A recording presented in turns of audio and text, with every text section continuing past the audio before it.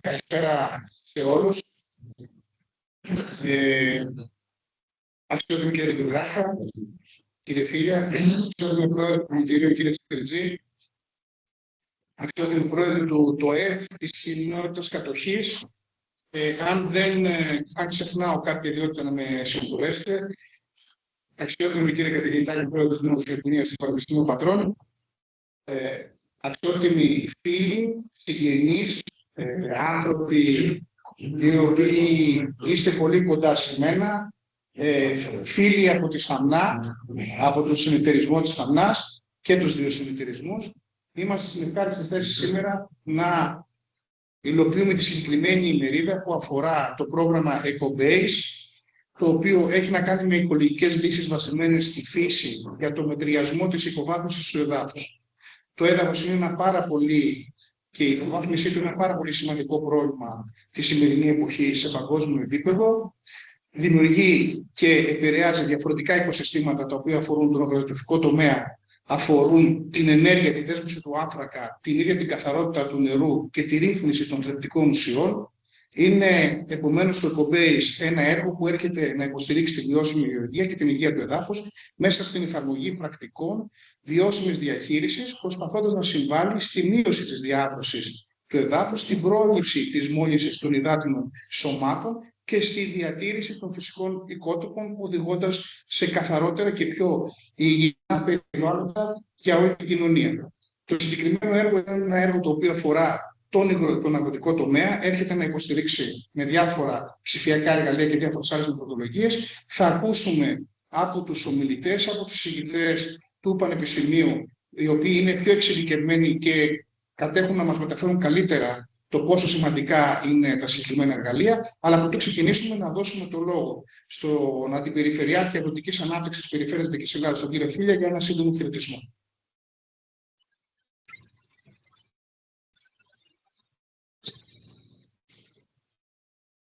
Καλησπέρα και από μένα, κύριε Πρόεδρε του Επιμελητηρίου, αγαπητέ φίλε Παντελή Μπαρούχα, συνεργάτη της Περιφέρειας πρώτα, για μένα και καθηγητή Πανεπιστημίου στο Γεωπολιτικό Τμήμα και πρόεδρο του τμήματος, αγαπητοί συνεργάτες, βλέπω εδώ πάρα πολλούς με τους οποίους έχουμε συνεργαστεί σε διάφορα ζητήματα, κυρίες και κύριοι.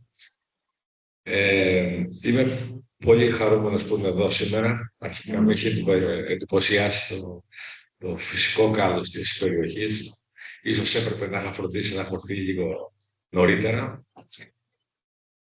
Ανταποκρινόμενος στην γενική πρόσκληση του φίλου Προέδρου Παναγιώτη για να συζητήσουμε μαζί, να μας ενημερώσουν οι ομιλητές για σημαντικές πρωτοβουλίες που γίνονται στην περιοχή μας στα πλαίσια των πρωτοβουλειών που παίρνει η Περιφέρεια, το Επιμελητήριο και άλλοι φορείς εντός των ευρωπαϊκών προγραμμάτων. Ευρωπαϊκά προγράμματα τα οποία μέσα από σωστή διαχείριση μας αφήνουν πίσω σημαντικά πράγματα, όσο και αν μερικές φορές αυτά δεν γίνονται αντιληπτά. Βλέπαμε νωρίτερα με τον πρόεδρο, τον Αχελό, που έχει η στάθμη του πλέον ανεβεί σε πολύ μεγάλα σημεία, ανησυχητικά μάλιστα, ακριβώς επειδή έχουμε έναν χειμώνα με πάρα πολλά νερά. Τη στιγμή μάλιστα που μόλις λίγους μήνες πριν ψάχναμε νερό, όχι τόσο εδώ στην Αττηλακαρνανία, περισσότερο εδώ στην Ηλία, για να ολοκληρώσουμε την αρδευτική περίοδο. Βλέπουμε λοιπόν ότι έχουμε να αντιμετωπίσουμε νέες συνθήκες, αυτό που ακούμε όλοι ως κλιματική αλλαγή, και πρέπει μέσα σε αυτό το περιβάλλον να συνηθίσουμε πλέον να ζούμε, αλλά θα πρέπει να οχυρωθούμε παίρνοντας τα κατάλληλα μέτρα, χρησιμοποιώντας εργαλεία που διαθέτει η πανεπιστημιακή κοινότητα τόσο στο εσωτερικό όσο και στο εξωτερικό. Αυτή την έννοια έχουν τα ευρωπαϊκά προγράμματα, Η έννοια είναι ότι συμπράττουν άνθρωποι και οργανισμοί οι οποίοι μεταφέρουν την τεχνογνωσία αυτή που πρέπει πηγαίνει από τον έναν στον άλλον, έτσι ώστε ως ανθρωπότητα να πηγαίνουμε πολύ μπροστά. Μπορώ να σας πω ότι από τη συμμετοχή μου τα τελευταία χρόνια σε αυτό το πόστο έχω συνειδητοποιήσει πόσο σημαντικά είναι τα ευρωπαϊκά προγράμματα.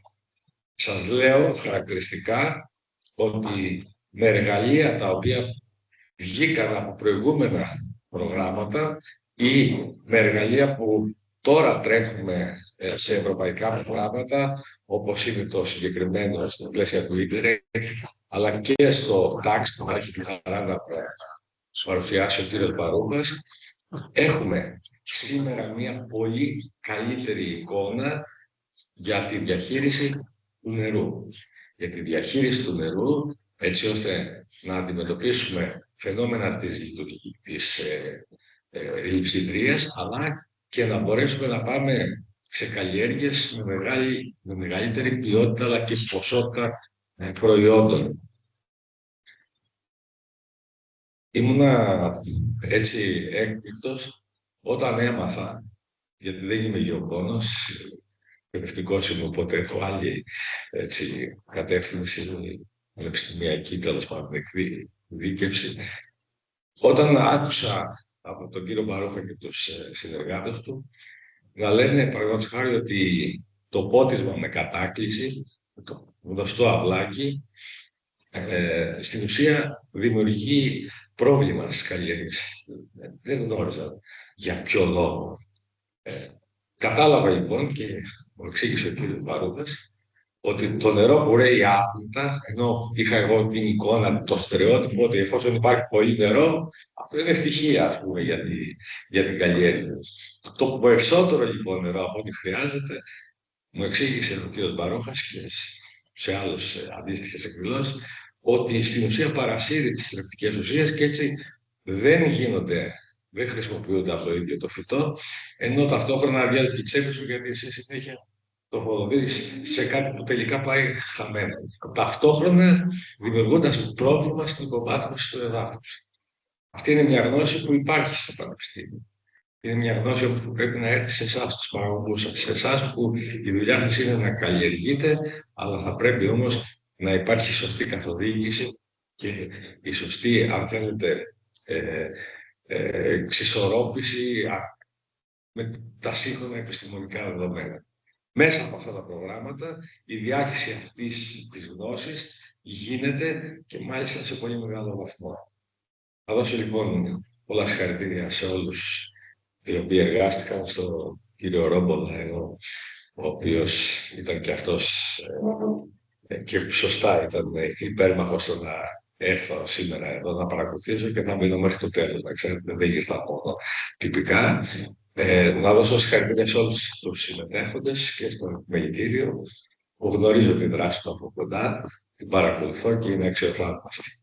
Σας ευχαριστώ πάρα πολύ για την πρόσκληση και περιμένω να μορφωθώ και εγώ απόψε.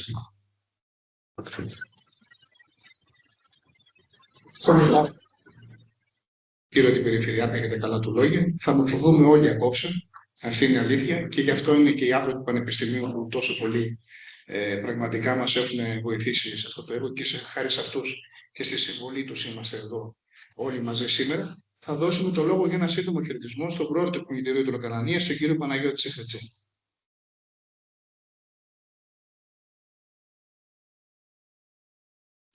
Να παραλείψω τις προσφωνήσεις για την οικονομία χρόνου. Βέβαια δεν μπορώ να μην καλωσορίσω τον φίλο μου τον Ανδρέα τον Φίλια και τον Παντελή τον Μπαρούχα, τον καθηγητή. Μπορεί να αναρωτιέστε τι δουλειά έχει το Επιμελητήριο Υδροκαρνανίας με το έδαφος και με τις καλλιέργειες. Κι όμως έχει και πολύ σημαντική. Διότι ο νόμος της Υδροκαρνανίας, κύριε, είναι ένας αγροκτηνοτροφικός νομός. Αν δεν ασχοληθούμε με τις παραγωγές μας, δεν μπορούμε να παρέμβουμε στην οικονομία του τόπου. Και τι είναι το Επιμελητήριο? Το Επιμελητήριο είναι ένας οικονομικός φορέας που πιάνει από το αγροτικό τμήμα μέχρι το τμήμα υπηρεσιών. Ανακατευτήκαμε λοιπόν σε αυτό το πρόγραμμα για αυτόν τον λόγο, και ο δεύτερος λόγος είναι ότι το επιμελητήριο του Λογοτεχνίας ήταν το πρώτο επιμελητήριο της Δυτικής Ελλάδος που έχει κάνει προγράμματα ίντερνετ με την Ιταλία, ίντερνετ Ελλάδα-Ιταλία. Αυτό είναι ένα πρόγραμμα όμως που συμμετέχουν φορείς από όλη την περιοχή της Αδριατικής και του Ιουνίου. Είναι ένα πρόγραμμα άτριων που λέγεται Ίντερνετ άτριων και συνεταίρος είναι μέχρι και το επιμελητήριο της Πάτοβας. Για να καταλάβετε ότι δεν είναι εκτός επιμελητηρίων εμπορευομηχανικών και εμπορικών επιμελητηρίων η όλη αυτή η διαδικασία. Και δεν πρέπει να παραλείψω ότι ήδη εδώ στην περιοχή μέσω του προγράμματος έχει εγκατασταθεί ένας σταθμός μέτρησης, μετεωρολογικός σταθμός που προβλεπόταν από το πρόγραμμα. Και είναι πάρα πολύ σημαντικά, όπως θα μας εξηγήσουν στη συνέχεια οι πανεπιστημιακοί, τα δεδομένα τα οποία αντλούνται. Εμένα θα πρέπει να με συγχωρήσετε γιατί θα αποχωρήσω, γιατί σήμερα έπρεπε 6 ώρα να είμαι σε 3 διαφορετικές εκδηλώσεις ως εκ του ρόλου μου και θα έπρεπε ήδη να έχω φύγει για το Αγρίνιο. Σας ευχαριστώ για την παρουσία σας και ελπίζω να συνεχίσουμε δυναμικά.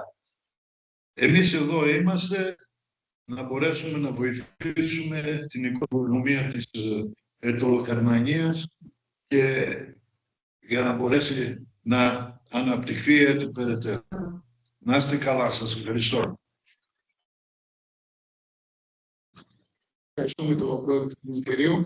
Να μην ξεχάσουμε να ευχαριστήσουμε και την Αναστασία τη Ζιάρα, η οποία είναι...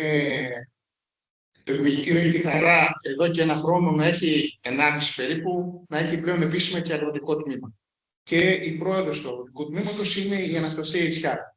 Μέσα από τη δική της τη βοήθεια και τη συνεισφορά και την κοινή συνεργασία υλοποιούμε και τη συγκεκριμένη εκδήλωση σήμερα. Λοιπόν, να καλωσορίσω στο βήμα τον κύριο Παντελή Παρούχα, ο οποίος είναι καθηγητής και πρόεδρος του Τμήματος Γεωπονίας και ο οποίος θα μας παρουσιάσει το έργο Eco-Base. Να μπούμε λίγο το πλέον στα μάτια.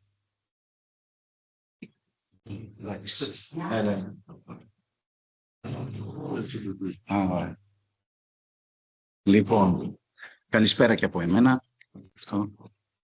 Καλησπέρα σε όλους.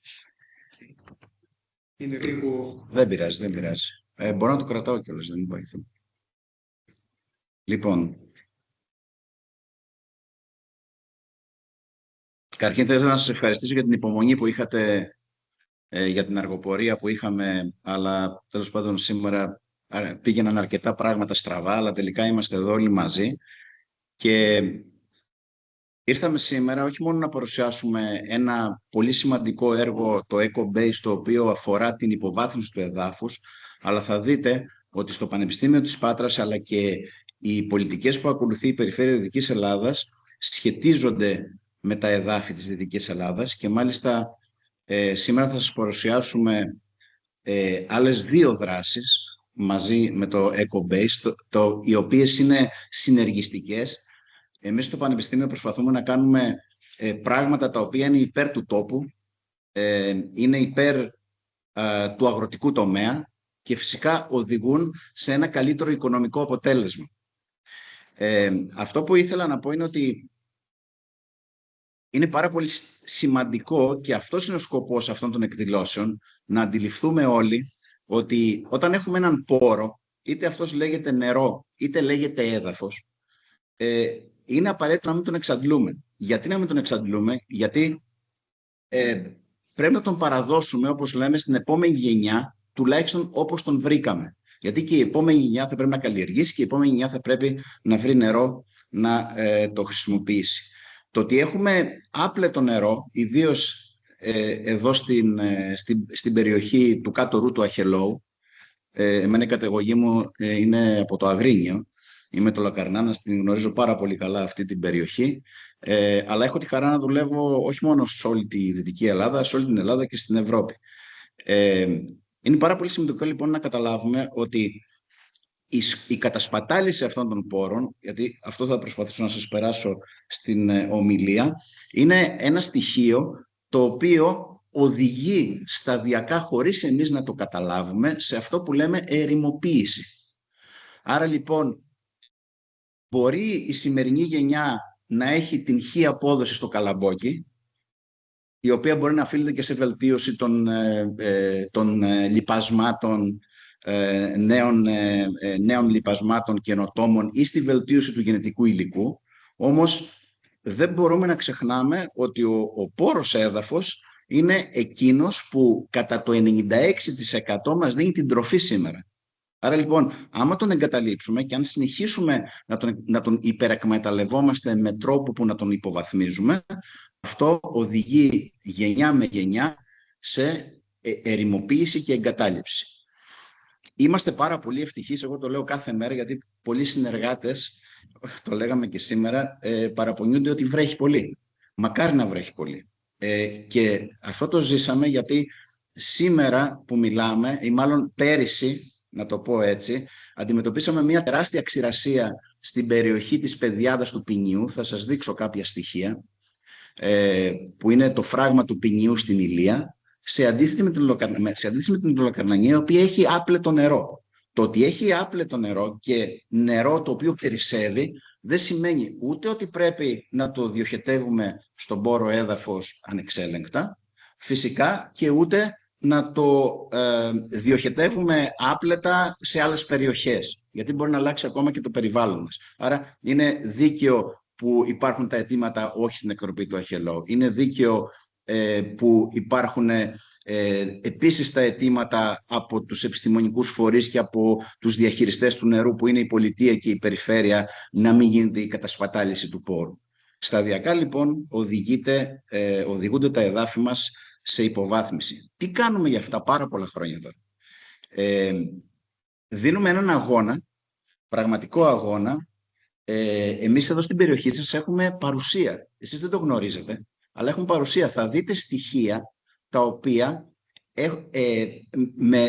με την βοήθεια της περιφέρειας, αυτή τη στιγμή το Πανεπιστήμιο Πατρών τρέχει μια δομή που λέγεται Εδαφολογικό Εργαστήριο Δυτικής Ελλάδας, το οποίο έχει έδρα την Αμαλιάδα. Σύντομα, πιστεύω, κύριε Αντιπεριφεράρχα, θα καταφέρουμε να έχουμε και μια τέτοια δομή στην περιοχή του Μεσολογγίου, στις εγκαταστάσεις του Πανεπιστημίου, για να εξυπηρετεί καλύτερα αυτές τις περιοχές. Και φυσικά συνεργαζόμαστε με πάρα πολλούς γεωπόνους και φορείς, προκειμένου να λαμβάνουμε δείγματα και να εμείς ουσιαστικά αυτό που εκμεταλλευόμαστε είναι τα δεδομένα, τα οποία μετά τα διαχέουμε στην κοινωνία.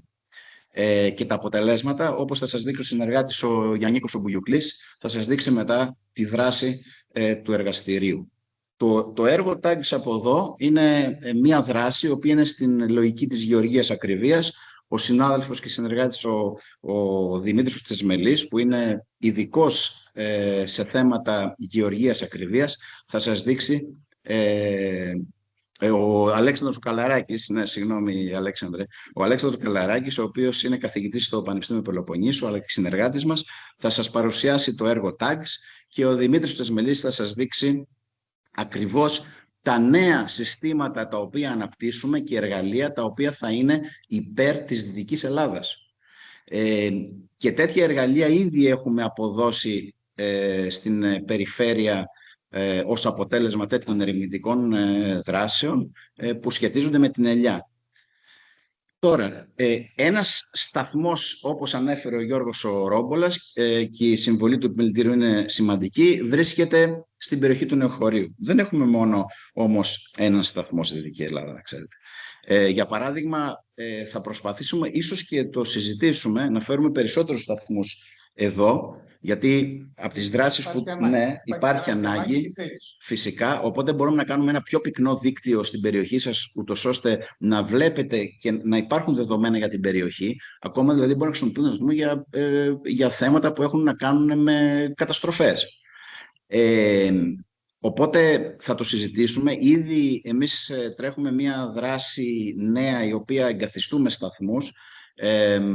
Έχουμε επιλέξει πιλωτική περιοχή. Μία από τις πιλωτικές περιοχές να είναι η περιοχή της Σταμνάς Μεσολογγίου για την ελιά, αλλά αν υπάρχει διαθεσιμότητα και θα ήταν ευχαρίστησή μας να κάνουμε και μία αντίστοιχη δράση στην περιοχή της κατοχής Νεοχωρίου, σε όλη αυτή την περιοχή, να το πω έτσι, μήπως απλώσουμε. Εμείς όταν βάλαμε τον πρώτο σταθμό δεχτήκαμε και λόγω της εντοπιότητας αρκετά αιτήματα να προσπαθήσουμε να εγκλωβίσουμε και να βάλουμε και να τοποθετήσουμε. Απλά επειδή η φύση του συγκεκριμένου προγράμματος μας ορίζει ότι πρέπει να πάμε σε ελαιώνες, θα πρέπει να επιλέξουμε περιοχές με ελαιώνες. Θα το δούμε. Έτσι, δεν να υπάρχει ελιά, γενικά καλλιέργεια ελιάς, αλλά θα το συζητήσουμε. Οπότε μετά από αυτή την μακρά εισαγωγή θα σας κάνω. Δυστυχώς είμαι αναγκασμένος να παρουσιάσω το πρόγραμμα με διαφάνειες αγγλικών, αλλά θα σας το επεξηγήσω πάρα πολύ γρήγορα και καλά, γιατί είναι η επίσημη γλώσσα του προγράμματος. Οι συνάδελφοι οι υπόλοιποι θα δείτε στα ελληνικά. Είναι λοιπόν ένα πρόγραμμα το οποίο είμαστε περήφανοι που το υλοποιούμε, γιατί είναι στην κατεύθυνση σε αυτό που λέμε αντιμετώπιση της κλιματικής κρίσης, και φυσικά χρησιμοποιώντας εργαλεία τα οποία χρησιμοποιούν τεχνητή νοημοσύνη. Άρα λοιπόν εντάσσουμε πάρα πολύ την τεχνολογία στην διαχείριση του εδάφους και στη διαχείριση του νερού, προκειμένου να προστατεύσουμε τα εδάφη μας και να δημιουργήσουμε συνθήκες, τουλάχιστον να σταματήσουμε όσο μπορούμε περισσότερο τις συνθήκες υποβάθμισης. Τα εδάφη και γενικά οι πόροι, μην νομίζετε, συνεχώς θα υποβαθμίζονται. Είναι η πορεία του περιβάλλοντος. Είναι κάτι το οποίο εξελίσσεται. Όμως ο στόχος μας ο πραγματικός είναι να καταφέρουμε να μειώσουμε τις εκπομπές διοξιδίου του άνθρακα από το έδαφος, δηλαδή με μειωμένη καλλιέργεια, με μείωση των παρεχόμενων ποσοτήτων νερού, όπου οι μεγάλες ποσότητες νερού οδηγούν σε έκπληση θρεπτικών στοιχείων, όπως σας εξήγησε ο κύριος Φίλιας. Φυσικά οδηγούν σε οξύδωση του άνθρακα, ο οποίος εκπέμπεται με τη μορφή διοξιδίου του άνθρακα στην ατμόσφαιρα. Και φυσικά, εάν κάνουμε τέτοιες δράσεις στις περιοχές και σιγά σιγά μπούμε σε αυτή τη λογική, να ξέρετε ότι οι περιοχές μας θα είναι έτοιμες να ενταχθούν στις νέες συνθήκες και πολιτικές που προσπαθεί να εφαρμόσει μάλλον η Ευρωπαϊκή Ένωση, οι οποίες είναι να τεκμηριώνουμε ότι εμείς οι παραγωγοί και εμείς στον πρωτογενή τομέα όχι απλά δεν εκπέμπουμε διοξείδιο του άνθρακα στην ατμόσφαιρα, αλλά ίσα-ίσα συγκρατούμε το διοξείδιο του άνθρακα ή τον άνθρακα στο έδαφος, οπότε εμείς αυτόν τον άνθρακα τον θεωρούμε χρυσό, γιατί θα τον πουλάμε, γιατί αυτή είναι η αλήθεια, θα τον πουλάμε σε αεροπορικές εταιρείες, οι οποίες καταναλώνουν καύσιμα και θα πρέπει να πληρώνουν πρόστιμο. Άρα εμείς θα ενισχύεται η παραγωγή μας και γενικότερα θα ενισχύονται οι παραγωγοί που κάνουν τέτοιες δράσεις για το γεγονός ότι συγκρατείται τεκμηριωμένα ο άνθρακας στο έδαφος, και φυσικά με βάση το σκεπτικό ότι το φυτό είναι ανακάλυψη της τελευταίας δεκαετίας, τα φυτά μέσα από τις ρίζες τους εναποθέτουν άνθρακα, τον οποίο απορροφούν μέσω του διοξιδίου του άνθρακα της ατμόσφαιρας, τον αναποθέτουν στο έδαφος. Άρα εμείς πρέπει να το συντηρήσουμε στο έδαφος αυτόν τον άνθρακα. Είναι υποχρέωσή μας να το κάνουμε. Και είναι υποχρέωσή μας γιατί σκεφτείτε, αυτός ο άνθρακας που συγκρατείται στο έδαφος αποτελεί χρυσό, πραγματικά χρυσό, και θα αποτιμάται σε πραγματικά χρήματα, όχι ως εισόδημα το ότι συγκράτησα άνθρακα, αλλά ως μια ενίσχυση των δράσεων την οποία κάνουμε υπέρ του περιβάλλοντος και του εδάφους. Άρα αυτές οι δράσεις είναι πάρα πολύ σημαντικές για την αντιμετώπιση της κλιματικής κρίσης, η οποία, όπως όλοι γνωρίζετε ή αν θέλατε να κάνω μια μικρή αναφορά, οφείλεται στην μεγάλη εκπομπή διοξιδίου του άνθρακα από διάφορες πηγές. Οπότε, να ξέρετε ότι ο πόρος άνθρακα σήμερα σε παγκόσμιο επίπεδο θεωρείται ο δεύτερος κύριος πυλώνας στην αντιμετώπιση της κλιματικής κρίσης. Αν λοιπόν αυτό που η κεντρική παγκόσμια πολιτική είναι να πάμε σε ανανεώσιμες πηγές ενέργειας, άρα να παράγουμε ενέργεια μέσω του αέρα, του ήλιου ή της εκμετάλλευσης του νερού με φράγματα όπως έχουμε στον Αχελό, και το δεύτερο είναι να συγκρατήσουμε τον άνθρακα στο έδαφος ως στοιχείο όπου θα μειωθεί τελικά η συγκέντρωση του διοξείδου του άνθρακα στην ατμόσφαιρα. Άρα μιλάμε για πολιτικές που ουσιαστικά οδηγούν σε ένα τέλειο ισοζύγιο άνθρακα μεταξύ εδάφους και ατμόσφαιρας. Εμείς λοιπόν στον πρωτεϊνή τομέα μπορούμε να το κάνουμε άριστα αυτό. Και μάλιστα επειδή η περιοχή μας, για παράδειγμα στους Ελαιώνες, που είναι η σημαντικότερη καλλιέργεια στην Δυτική Ελλάδα, με περισσότερο που έχουμε καταγράψει με τη βοήθεια και των υπηρεσιών της περιφέρειας, σχεδόν 900.000 στρέμματα ελαιοκαλλιέργειας, πρέπει να είμαστε χαρούμενοι και κατά τη γνώμη μου σωστά ενισχύεται η ελαιοκαλλιέργεια. Αυτό βλέπουμε στο εδαφολογικό εργαστήριο. Συνεχώς γίνονται εγκαταστάσεις της ελιάς, γιατί η ελιά είναι μια καλλιέργεια η οποία βοηθάει πάρα πολύ όλα αυτά τα ζητήματα που σας αναφέρω. Διότι είναι μια καλλιέργεια η οποία είναι ήπια, δεν έχει πάρα πολλές εισρωές, άρα λοιπόν βοηθάει πάρα πολύ στους στόχους αυτούς που δουλεύουμε σε αυτά τα προγράμματα, και φυσικά διαχέουμε αυτή τη γνώση με απλά λόγια προς τα κάτω. Έτσι λοιπόν, το πρόγραμμα EcoBase είναι ένα πρόγραμμα το οποίο αναφέρεται στην Αδριατική, στην περιοχή της Αδριατικής, δηλαδή όλο το Ιόνιο Αδριατική μέχρι και τη Βόρειο Ιταλία, και στη συνέχεια καταφέραμε με πάρα πολλή προσπάθεια να κυκλώσουμε αυτή την περιοχή και να φτάσουμε μέχρι την περιοχή της Απούλια. Άρα σκεφτείτε ότι έχουμε κάνει έναν τεράστιο κύκλο, όπου μέσα σε αυτό τον κύκλο θα εγκαταστήσουμε τέτοιους σταθμούς και θα δώσουμε εργαλεία στις τοπικές κοινωνίες που θα μπορούν, ή στους διαχειριστές που θα μπορούν να τα χρησιμοποιήσουν. Άρα αυτό οδηγεί στην πραγματικότητα σε συνοχή και κοινωνική συνοχή, γι' αυτό και μπαίνουν μέσα. Αυτός είναι ο ρόλος των επιμελητηρίων. Και μάλιστα είναι η τεκμηρίωση το ότι όλες αυτές οι δράσεις τελικά, και αυτή είναι η πραγματικότητα, οδηγούν και σε ένα καλό οικονομικό αποτέλεσμα. Άρα είναι δράσεις αναπτυξιακές οι οποίες κατά τη γνώμη μου είναι πάρα πολύ σημαντικές και είναι στην κατεύθυνση να μπορέσουν να τεκμηριώσουν ότι όλες αυτές οι δράσεις υπέρ του περιβάλλοντος είναι σημαντικές. Τώρα, ναι, αναφερθήκαμε αυτά. Αυτή είναι η περιοχή αυτού του προγράμματος. Βλέπετε ότι συμμετέχει το Πανεπιστήμιο της Πάτρας, η Ελλάδα, η Βόρεια Μακεδονία, η Αλβανία, το Μαυροβούνιο, η Σλοβενία, η Σερβία και η Ιταλία. Και σκεφτείτε ότι μέχρι, δεν ξέρω αν φαίνεται, δεν φαίνεται το ποντίκι, σκεφτείτε ότι μέχρι το πόδι της Ιταλίας αυτή τη στιγμή θα καλύψουμε με σταθμούς, σκεφτείτε, με τέτοιους σταθμούς θα καλύψουμε όλη αυτή την περιοχή, και όπως θα σας το δείξει και ο Δημήτρης μετά, σε συνδυασμό με δορυφορικά δεδομένα και ανάλυση πολλών τέτοιων δεδομένων, θα μπορούμε να βγάλουμε φοβερά συμπεράσματα για τη διαχείριση των εδαφών, αλλά και για τη διαχείριση και τον τρόπο κατανάλωσης του νερού.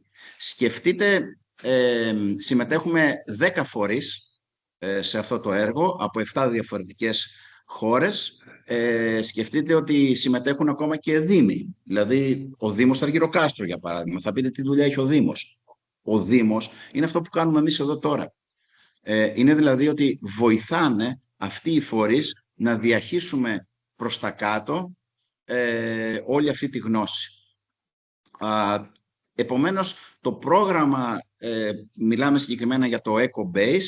Είναι ένα πρόγραμμα που αναφέρεται ουσιαστικά στην αντιμετώπιση της υποβάθμισης των εδαφών, δίνοντας παράλληλα εργαλεία και λύσεις τεχνολογικές, οι οποίες οδηγούν ως αποτέλεσμα στην αντιμετώπιση της υποβάθμισης του εδάφους και φυσικά οδηγούν σε πολιτικές που στο τέλος θα μας δώσουν ποιοτικότερο και καλύτερο προϊόν, άρα και τρόφιμα. Όλα αυτά σαφώς εναρμονίζονται με πολιτικές της Ευρωπαϊκής Ένωσης, εξάρου γι' αυτό χρηματοδοτούνται. Η διάρκεια του προγράμματος συνολικά είναι 36 μήνες. Εδώ θα σας δείξω τώρα πολύ γρήγορα κάποιες εικόνες από τα εργαλεία που αναπτύσσουμε. Δεξιά είναι εικόνα, θα τα δείτε καλύτερα από τον Δημήτρη, όπου οι διαφορετικοί αυτοί χρωματισμοί μας δίνουν στρες, για παράδειγμα, στην καλλιέργεια. Δηλαδή μπορούμε κατευθείαν να καταλάβουμε αν σε μια περιοχή, ή σκεφτείτε ότι έχετε, ας πούμε, εδώ τον ΤΟΕΒ, ναι, για παράδειγμα, εμείς αυτό δεν το κάνουμε τιμωρητικά, αλλά μπορούμε να σας πούμε ποιος καταναλώνει πολύ νερό και ποιος όχι, σε επίπεδο αγρού. Αυτό μπορούμε να το κάνουμε. Μπορούμε να το κάνουμε και στα 200.000 στρέμματα που έχουμε στην Ηλία. Αλλά δεν είναι ο σκοπός να ελέγξουμε. Ο σκοπός είναι να αποτυπώσουμε πού μπορεί να γίνει την υπερκατανάλωση. Άρα να πάμε στοχευμένα με δράσεις και να εξηγήσουμε στους παραγωγούς ότι εδώ πρέπει να αλλάξετε το σύστημα, να μην είναι κατάκληση, να μπουν, για παράδειγμα, στα γονίδια, όπως αναφέρονται. Άρα να πάμε σε σύγχρονα μέσα. Μάλιστα, άκουσα, νομίζω σωστά, σε άλλες διαβουλεύσεις ότι θα τρέξει και το πρόγραμμα της περιφέρειας όχι για απαγόρευση, όχι, τα προγράμματα βελτίωσης, δηλαδή για αγορά, τα σχέδια βελτίωσης. Θα τρέξουν και τα σχέδια βελτίωσης, όπου θα επιδοτούνται ουσιαστικά δράσεις αγοράς τέτοιου εξοπλισμού και αλλαγής. Οπότε με συστήματα που εμείς τα λέμε decision support system, είναι συστήματα λήψης αποφάσεων, τα οποία λαμβάνουν πάρα πολλά δεδομένα. Χρησιμοποιούμε σαφώς υπολογιστές λογισμικά, τα οποία αναπτύσσουμε μέσω αυτών των σταθμών και των δεδομένων που έχουμε και από τους σταθμούς, αλλά και τα δεδομένα του εδαφολογικού εργαστηρίου. Μπορούμε, όπως εδώ θα δείτε, την περιοχή που σας έλεγα προηγουμένως είναι η περιοχή του Ποινιού. Σκεφτείτε ότι είναι η Κιλίνη εκεί στην άκρη που φαίνεται στην Ακίδα. Εδώ λοιπόν αυτά τα σημεία όλα που βλέπετε είναι σταθμοί μας σε αυτή την περιοχή. Και σκεφτείτε ότι με βάση αυτούς τους σταθμούς σήμερα έχουμε δώσει την πληροφορία στην περιφέρεια και στην αρμόδια υπηρεσία, της οποίας ηγείται ο κύριος Αντιπεριφερειάρχης, ο κύριος Φίλιας, ότι η κατανάλωση του νερού είναι σχεδόν διπλάσια σε σχέση με τις πραγματικές ανάγκες. Άρα τι κάνει η περιφέρεια? Πάει και κάνει διαβουλεύσεις και λέει, κύριοι, να τα δεδομένα, εδώ μας το λένε οι επιστήμονες, σωστά τα λέω κύριε Φίλια. Οπότε αρχίζουμε, ας πούμε, και καταλαβαίνουμε και τη σημασία της εξοικονόμησης νερού, γιατί έφτασε σε σημείο να μην έχει νερό η περιοχή, και όταν μια περιοχή δεν έχει νερό, και γι' αυτό είπα είμαι χαρούμενος όταν βρέχει, μια περιοχή που δεν έχει νερό σημαίνει οικονομική καταστροφή. Αυτό δεν το αντιλαμβανόμαστε.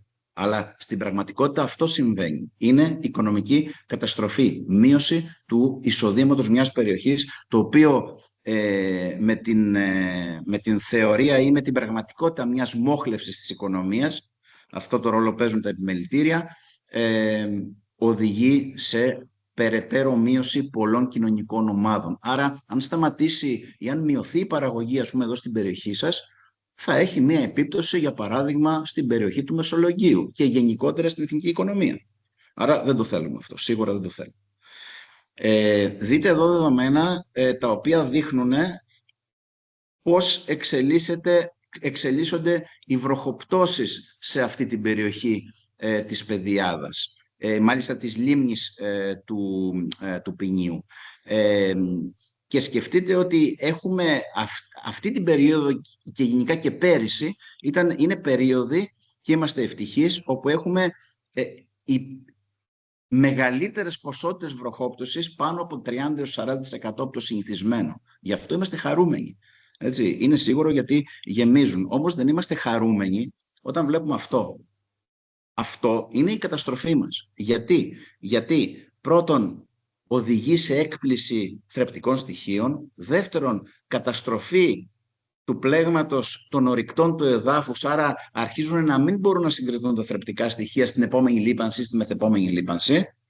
Και τρίτον, υπερκατανάλωση νερού. Δεν θέλουμε την υπερκατανάλωση νερού. Όσο και αν σκέφτεστε ότι δίπλα έχετε εδώ τον Αχελό και μπορείτε να αντλείτε όσο νερό θέλετε μέσα, ας πούμε, από τα δίκτυα, τα επιφανειακά ή τα υπόγεια. Άρα δεν το θέλουμε. Έτσι λοιπόν μοιραζόμαστε όλη αυτή τη γνώση σε όλη αυτή την περιοχή.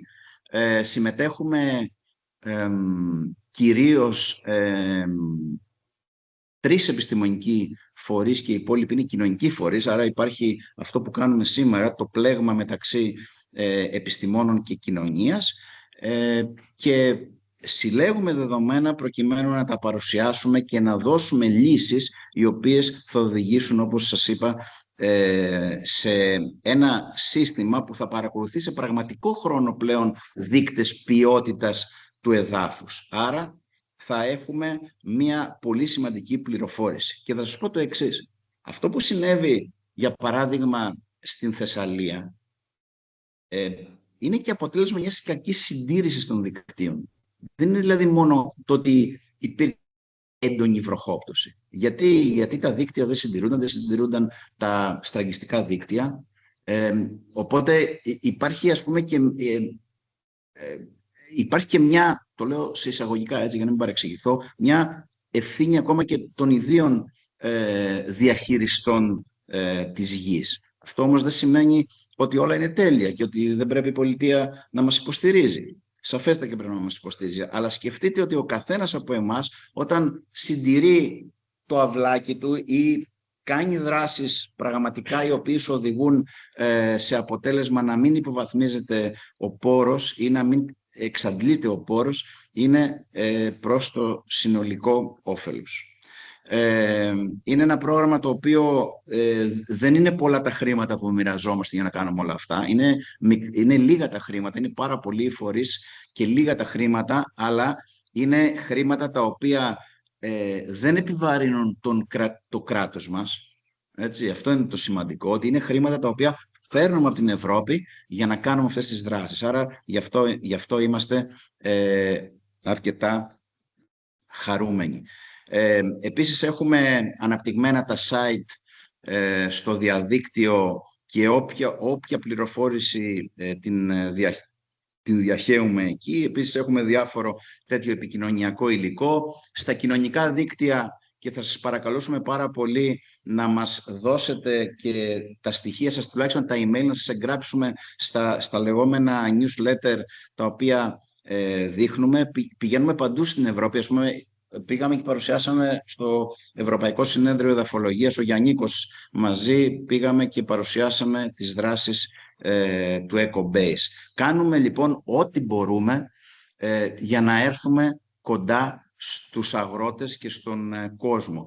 Και για μένα, πέραν αυτών, αυτά όλα τα έργα έχουν μια διάρκεια 2-3 ετών. Αλλά το πιο σημαντικό για μένα έργο που γίνεται στην περιφέρεια Δυτικής Ελλάδας είναι αυτό που πραγματικά μια πολιτική που υποστηρίζει τον πόρο έδαφος, γιατί το εδαφολογικό εργαστήριο της περιφέρειας, το οποίο σήμερα ειδικότερα την τελευταία εξαετία δείχνει μια πολύ μεγάλη δραστηριότητα, έχει αποδείξει στην κοινωνία της Δυτικής Ελλάδας και όχι μόνο.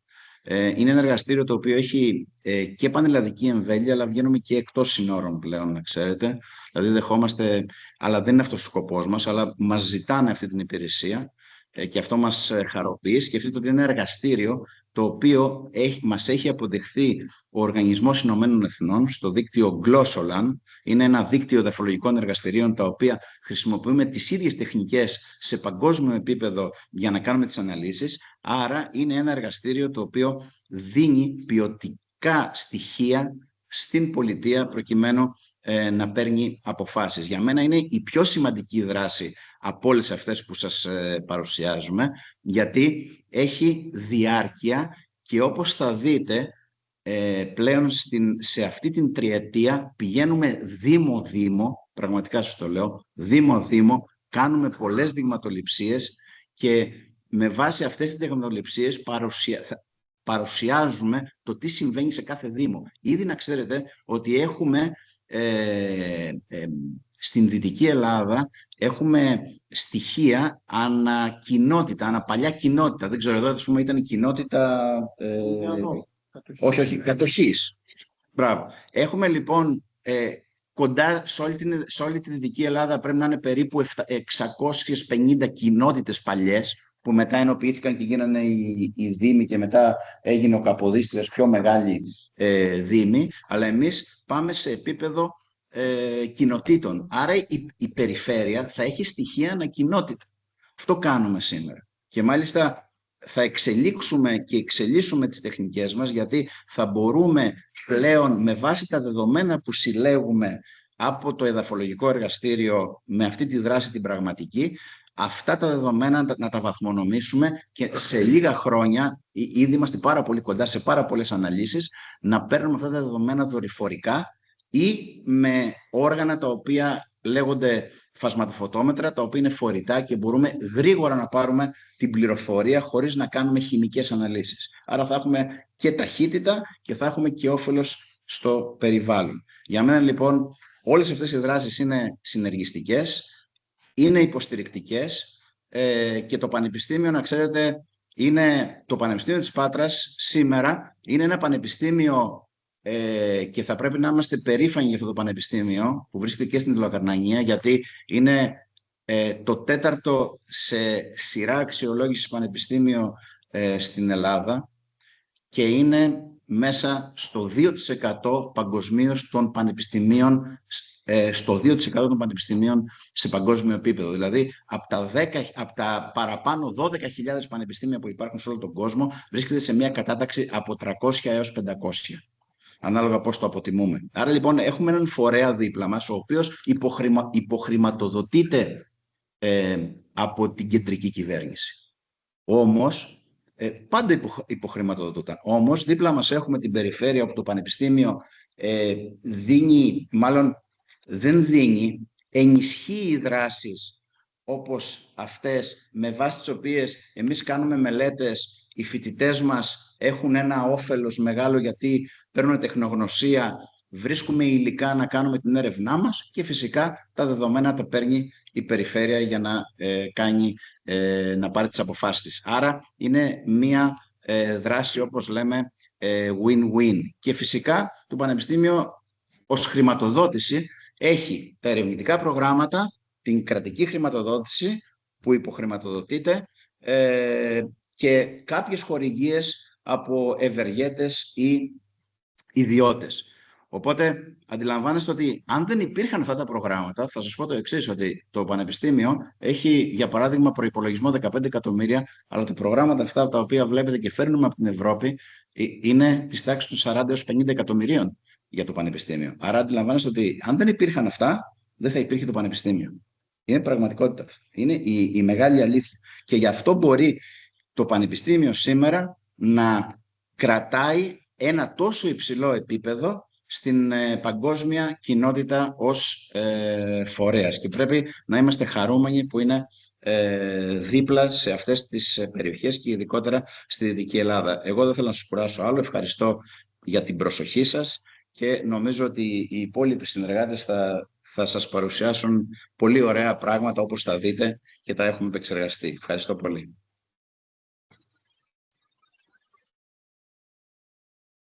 Ευχαριστούμε τον κύριο Μπαρούχο για την αναλυτική παρουσίαση.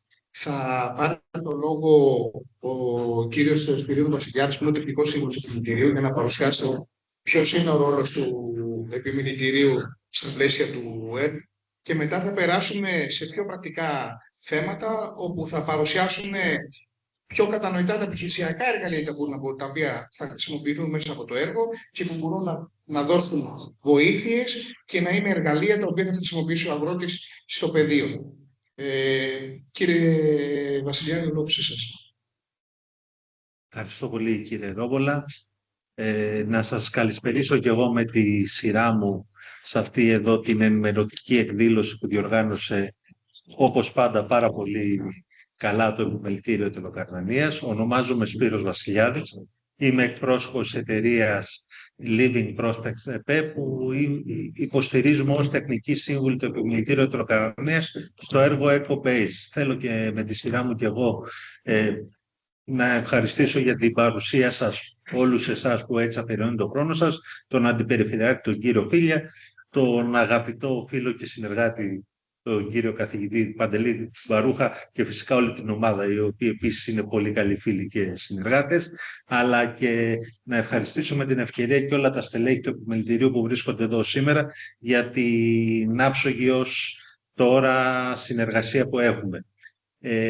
Ο σκοπός της παρουσίασής μου είναι να παρουσιάσουμε λίγο πιο εξειδικευμένα το ρόλο και τις δράσεις που κάνει μέσα στο έργο που, όπως πάντα, πολύ ωραία παρουσίασε ο κύριος Μπαρούχας και στην ουσία με αυτή την παρουσίαση υπερθεματίζω και ενισχύω αυτά που είπαν κατά την εισαγωγή τους τόσο ο πρόεδρος ο κύριος Τσιχριτζής όσο και ο κύριος Ρόμπολας, ότι η παρουσία του Επιμελητηρίου και η εμπλοκή σε αυτό το έργο δεν είναι τυχαία, αλλά ούτε και άσχετη. Όπως έχουμε πει, η συμμετοχή του Επιμελητηρίου στο έργο είναι πολύ σημαντική γιατί το έργο αφορά την αντιμετώπιση του ζητήματος της υποβάθμισης του εδάφους που αποτελεί αιτία ανησυχίας διότι επηρεάζει αλυσιδωτά το περιβάλλον, το επίπεδο διαβίωσης των ανθρώπων, την κοινωνική δομή και αδιαφυσβήτητα την οικονομία και την επιχειρηματικότητά της. Γιατί φανταστείτε ότι αν ξαφνικά και εδώ άρχιζε να υπάρχει ένα φαινόμενο ερημοποίησης, όπως είπε ο Παντελής κατά την προηγούμενη παρουσίασή του, πόσο εσείς και η ποιότητα ζωής σας θα επηρεαζόταν. Και γι' αυτό είναι πολύ σημαντικές αυτές οι δράσεις, γιατί έχουν ως σκοπό να αποτρέψουν ή τουλάχιστον να μετριάσουν επιπτώσεις από τέτοια φαινόμενα που ίσως μπορεί να εξελιχθούν και στην περιοχή. Έτσι κάποια στοιχεία για το Επιμελητήριο έχει ένα προϋπολογισμό περίπου 167.000 ευρώ και συμμετέχει σε όλες τις δράσεις του έργου, στις δύο οριζόντες που είναι η διαχείριση και η επικοινωνία. Εδώ στη διαχείριση μας κυνηγάνε λίγο, αλλά εντάξει, θα πάμε καλά φαντάζομαι. Και καθώς και στα τρία τεχνικά πακέτα που έχει το έργο. Το πρώτο πακέτο εργασίας έχει ως στόχο την ανάπτυξη και την επεξεργασία ενός διακρατικού σχεδίου δράσης για τη διαχείριση της υγείας του εδάφους. Το δεύτερο πακέτο εργασίας έχει ως στόχο την ανάπτυξη πληροφοριών, μεθοδολογιών και εργαλείων που στην ουσία στο πλαίσιο αυτού εδώ του πακέτου εργασίας πραγματοποιείται η σημερινή εκδήλωση και αργότερα ο Δημήτρης θα παρουσιάσει τα εργαλεία που πρόκειται εντός ολίγου καιρού να αναπτυχθούν από το έργο, στο πλαίσιο του έργου και μετά θα είναι στη διάθεσή σας για να τα αξιοποιήσετε. Και τέλος είναι το τρίτο πακέτο εργασίας που αποτελεί την κεφαλαιοποίηση και επέκταση των αποτελεσμάτων του έργου. Εδώ βλέπετε όλες τις δράσεις που κάνει το Επιμελητήριο. Δεν θα κάτσω τώρα έτσι να τις απαριθμίσω όλες μία προς μία. Οι παρουσιάσεις θα ανέβουν και στο site του Επιμελητηρίου, οπότε θα έχετε τη δυνατότητα να επισκεφτείτε την ιστοσελίδα του Επιμελητηρίου αλλά και του έργου και να τις κατεβάσετε, και όποιος θέλει έτσι με την ησυχία του να τις μελετήσει θα έχει αυτή τη δυνατότητα. Και φυσικά θα είμαστε και εμείς εδώ, θα υπάρχουν τα στοιχεία επικοινωνία μας, να μπορέσουμε να σας βοηθήσουμε και να σας απαντήσουμε οποιαδήποτε απορία ή διευκρίνηση χρειαστείτε. Τώρα να πούμε λίγο κάποιες δράσεις που έχει κάνει ως τώρα το επιμελητήριο στο πλαίσιο του έργου. Ως τώρα έχει αναπτύξει 5 σημεία πληροφόρησης. Βλέπετε εδώ τα σημεία. Το ένα είναι στο Αγρίνιο, φυσικά, εκεί που είναι η έδρα του επιμελητηρίου. Το δεύτερο σημείο πληροφόρησης είναι στο Μεσολόγγι. Το τρίτο στην Αύπακτο, το τέταρτο στην Αμφιλοχία και το πέμπτο στη Βόνισσα. Στην ουσία συστεγάζονται και με τις δομές που διαθέτει το επιμελητήριο. Οπότε και εσείς, αν κάποιος θέλει να ρωτήσει ή να διευκρινίσει κάτι, μπορεί να απευθυνθεί στο αντίστοιχο σημείο πληροφόρησης. Επίσης, το επιμελητήριο ως τώρα έχει συμβάλει στη συλλογή δεδομένων μέσω της συμπλήρωσης ενός ειδικού δομημένου ερωτηματολογίου, το οποίο αναπτύχθηκε έτσι υπό την επιμέλεια του Πανεπιστημίου Πατρών με σκοπό τη διερεύνηση των αντιλήψεων των φορέων του αγροδιατροφικού τομέα και τη σύνταξη μιας έκθεσης σχετικά με τις περιφερειακές προσκλήσεις και ανάγκες για την υγεία του εδάφους. Επίσης, έχει συμβάλει στη βιβλιογραφική ανασκόπηση και στο κοινό σχέδιο βιωσιμότητας για το μετριασμό της υποβάθμισης του εδάφους.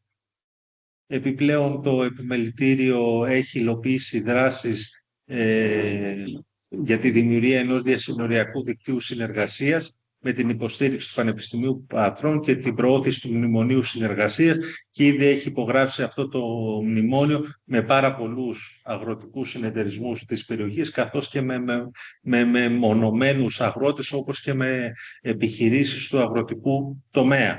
Εδώ βλέπετε έτσι κάποιες χαρακτηριστικές φωτογραφίες από τέτοιου είδους συναντήσεις που πραγματοποιήθηκαν στο πρόσφατο παρελθόν. Επιπλέον είχε οργανώσει άλλη μία δράση ενημέρωσης που παρουσίασε το έργο σε εκπροσώπους επιχειρηματικών θεσμικών φορέων, καθώς και τα ωφέλη του μνημονίου και του δικτύου ενδιαφερόμενων στο πλαίσιο του έργου EcoBase. Επίσης, το επιμελητήριο τελοκαρνές στη συνεργασία, πάντα γιατί είναι ο στενότερος εταίρος αλλά και ο επικεφαλής εταίρος του Πανεπιστήμιου των Πατρών, θέλοντας να αναδείξει περαιτέρω το πρόβλημα της υποβάθμισης του εδάφους, που έχει λάβει πλέον παγκόσμιες διαστάσεις και ακούμε συνέχεια για πάρα πολλές περιοχές που κινδυνεύουν από αυτό το φαινόμενο της ερημοποίησης, παγκόσμιες διαστάσεις και την γρήγορη ανάπτυξη μεθόδων στρατηγικών λύσεων και καινοτόμων εργαλείων για να στηρίξει την πράσινη, βιώσιμη και ανθεκτική στην κλιματική αλλαγή μακροπεριφέρεια της Ανδριατικής και του Ιωνίου. Συμμετείχε στο τρίτο αγροδιατροφικό συνέδριο και έκθεση Agro 2025 και παρουσίασε σε συνεργασία, όπως είπαμε, με τον Παντελή, τον κύριο Μπαρούχα, το έργο σε αυτή την έκθεση. Επιπλέον, το επιμελητήριο ολοκλήρωσε την προμήθεια των σταθμών παρατήρησης μετεωρολογικών σταθμών και τους εγκατέστησε. Σε ποια περιοχή, Γιώργο, τους εγκαταστήσατε? Είναι ο Κορινοκένας, στα δεξιά, στους ελαιώνες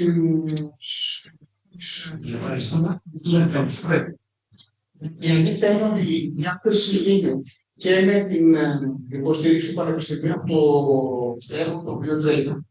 Προσπαθούμε να δούμε και με ποιον άλλο τρόπο, επειδή η συγκεκριμένη μεταφορική σταθμή είναι εξαιρετική και μπορούν να προσφέρουν πάρα πολλά δεδομένα να αντιμετωπίσουν στην περιοχή. Γιατί έχει μια ακτίνη συγκεκριμένη προφανώς, έτσι. Ας τα εξηγήσει και ο Δημήτρης, νομίζω, καλύτερα. Βάζοντας περισσότερους, θα πούμε και θα καλύψουμε ίσως όλο τον κάμπο του λεωφορείου και της κρατικής ακτίνης, για να μπορέσετε μετά, μέσα από τις πλατφόρμες και αυτό που σας εξηγήσω και ο κ. Τσασκονής, πραγματικά να χρησιμοποιήσετε ολοκληρωμένα εκπαιδευτικά όλο το εργαλείο προς όφελος πραγματικά στο κτίρι σας, στο χωράφι σας, στην κάση σας στην Ελεύθερη. Όχι. Γι' αυτό είπα, για να εξηγήσει στους κυρίους και στις κυρίες που είναι εδώ, ακριβώς θα κάνουν, και φυσικά και οι δύο αυτοί σταθμοί θα ενταχθούν στο δίκτυο του εδαφολογικού εργαστηρίου, το οποίο και αυτοί από αυτούς θα παίρνει και θα τροφοδοτεί το εργαλείο που θα αναπτύξει με διάφορα έτσι πολύ καλά και χρήσιμα στοιχεία. Επιπλέον, το επιμελητήριο κάνει έτσι και κάποιες πιο οριζόντιες δράσεις, όπως είναι η διαρκής ενημέρωση του δικτύου σχετικά με το έργο Eco-Base μέσω των επικοινωνιακών ενεργειών, όπως είναι εκδίδει κατά καιρούς, δημοσιεύει διάφορα newsletter, δελτία τύπου, κάνει αναρτήσεις στα social media. Φυσικά όλα αυτά γίνονται ταυτόχρονα και στα μέσα κοινωνικής δικτύωσης του έργου, οπότε θέλω και εγώ με τη σειρά μου, όπως είπε και ο Παντελής, να σας ενθαρρύνω να γραφτείτε στα social media, να ακολουθείτε όλες τις εξελίξεις και τα νέα του έργου. Προσπαθούμε όλα τα νέα να είναι δίγλωσσα και ελληνικά και αγγλικά, να διευκολύνουμε και εσάς όσο μπορούμε το κάνουμε αυτό, αλλά πραγματικά εφόσον εγγραφείτε και εγγραφείτε στα κοινωνικά δίκτυα του έργου, θα δείτε ότι θα λάβετε πάρα πολύ ωραίες και χρήσιμες πληροφορίες. Επιπλέον το επιμελητήριο, εντάξει, πέρα από την υποχρέωση, αλλά επειδή θέλει να συμβάλλει και θετικά, συμμετείχε σε όλες έως τώρα τις δράσεις και συναντήσεις του έργου, στην ενακτήρια συνάντηση που μας φιλοξένησε έτσι πολύ ωραία το Πανεπιστήμιο Πατρών, μετά στη συνάντηση που έλαβε χώρα, τη δεύτερη συνάντηση εταίρων στην πόλη της Πάντοβα της Ιταλίας, και καθώς και την τρίτη στο Αργυρόκαστρο της Αλβανίας. Μία ακόμα δράση είναι η σημερινή ημερίδα, έτσι που βρίσκεστε όλοι εσείς σήμερα, και τέλος εδώ είναι έτσι συνοπτικά να σας αναφέρω κάποιες από τις μελλοντικές δράσεις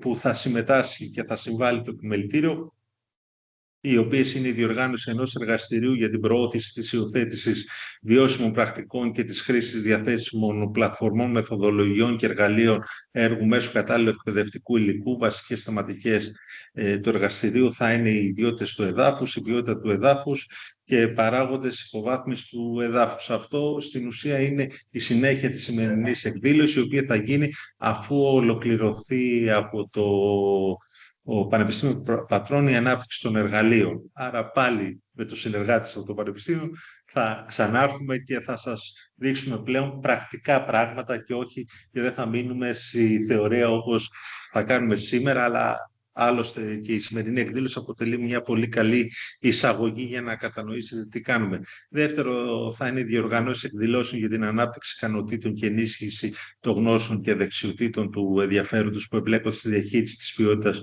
του εδάφους και στην ορθή δειγματοληψία, γιατί μία από τις δράσεις του επιμελητηρίου είναι να πάρει και 50 δείγματα από διάφορες περιοχές όλης της Ερτολακαρδανίας, οι οποίες θα σταλούν στο εδαφολογικό εδώ που διευθύνει ο κύριος Μπαρούχας. Από πού θα πάρθουν τα δείγματα? Προφανώς θα είναι από ελαιώνες, γιατί είπαμε εκεί είμαστε. Όχι μόνο. Εντάξει, θα υπάρξει.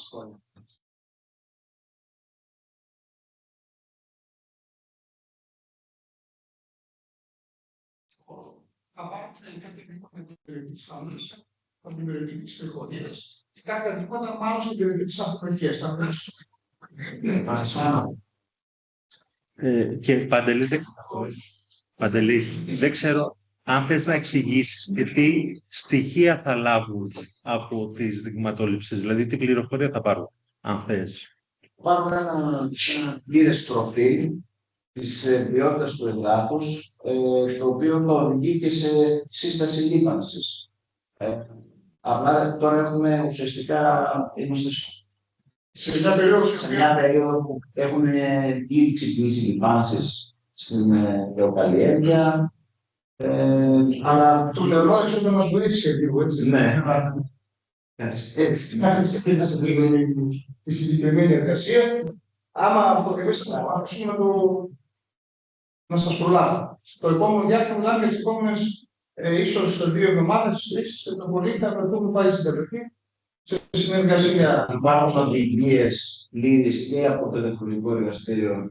Μπορούμε να σας δω, να διαχειρίσουμε και τα φυλάδια που έχουν σε ηλεκτρονική μορφή, το πώς λαμβάνουμε σωστά ένα δείγμα και πώς θα έρθουν τα δείγματα, οπότε θα κάνουμε μέσα στην εργασία. Ωραία, ευχαριστώ πολύ.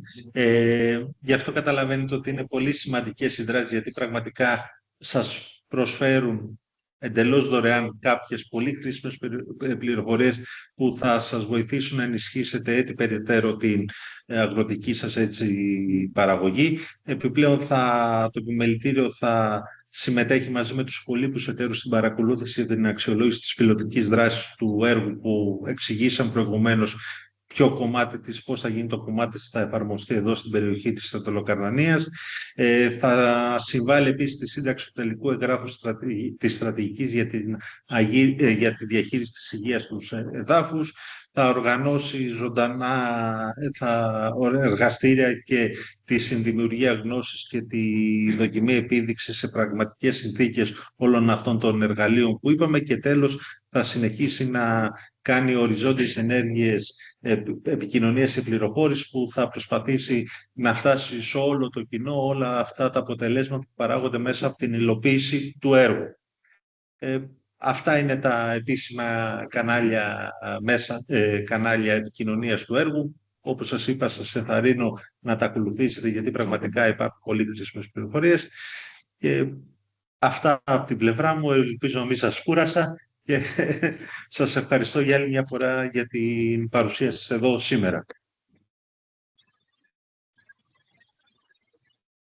Ευχαριστήσουμε τον κύριο Βασιλιάδη. Να πούμε το εξής, ότι μέχρι τώρα έχουμε 88 μόνο στην Αττολοκαρνανία, και στην περιοχή της Ηλίας έχει πάνω από 100 μέλη ενός δικτύου που έχει δημιουργηθεί στα πλαίσια του EcoBase.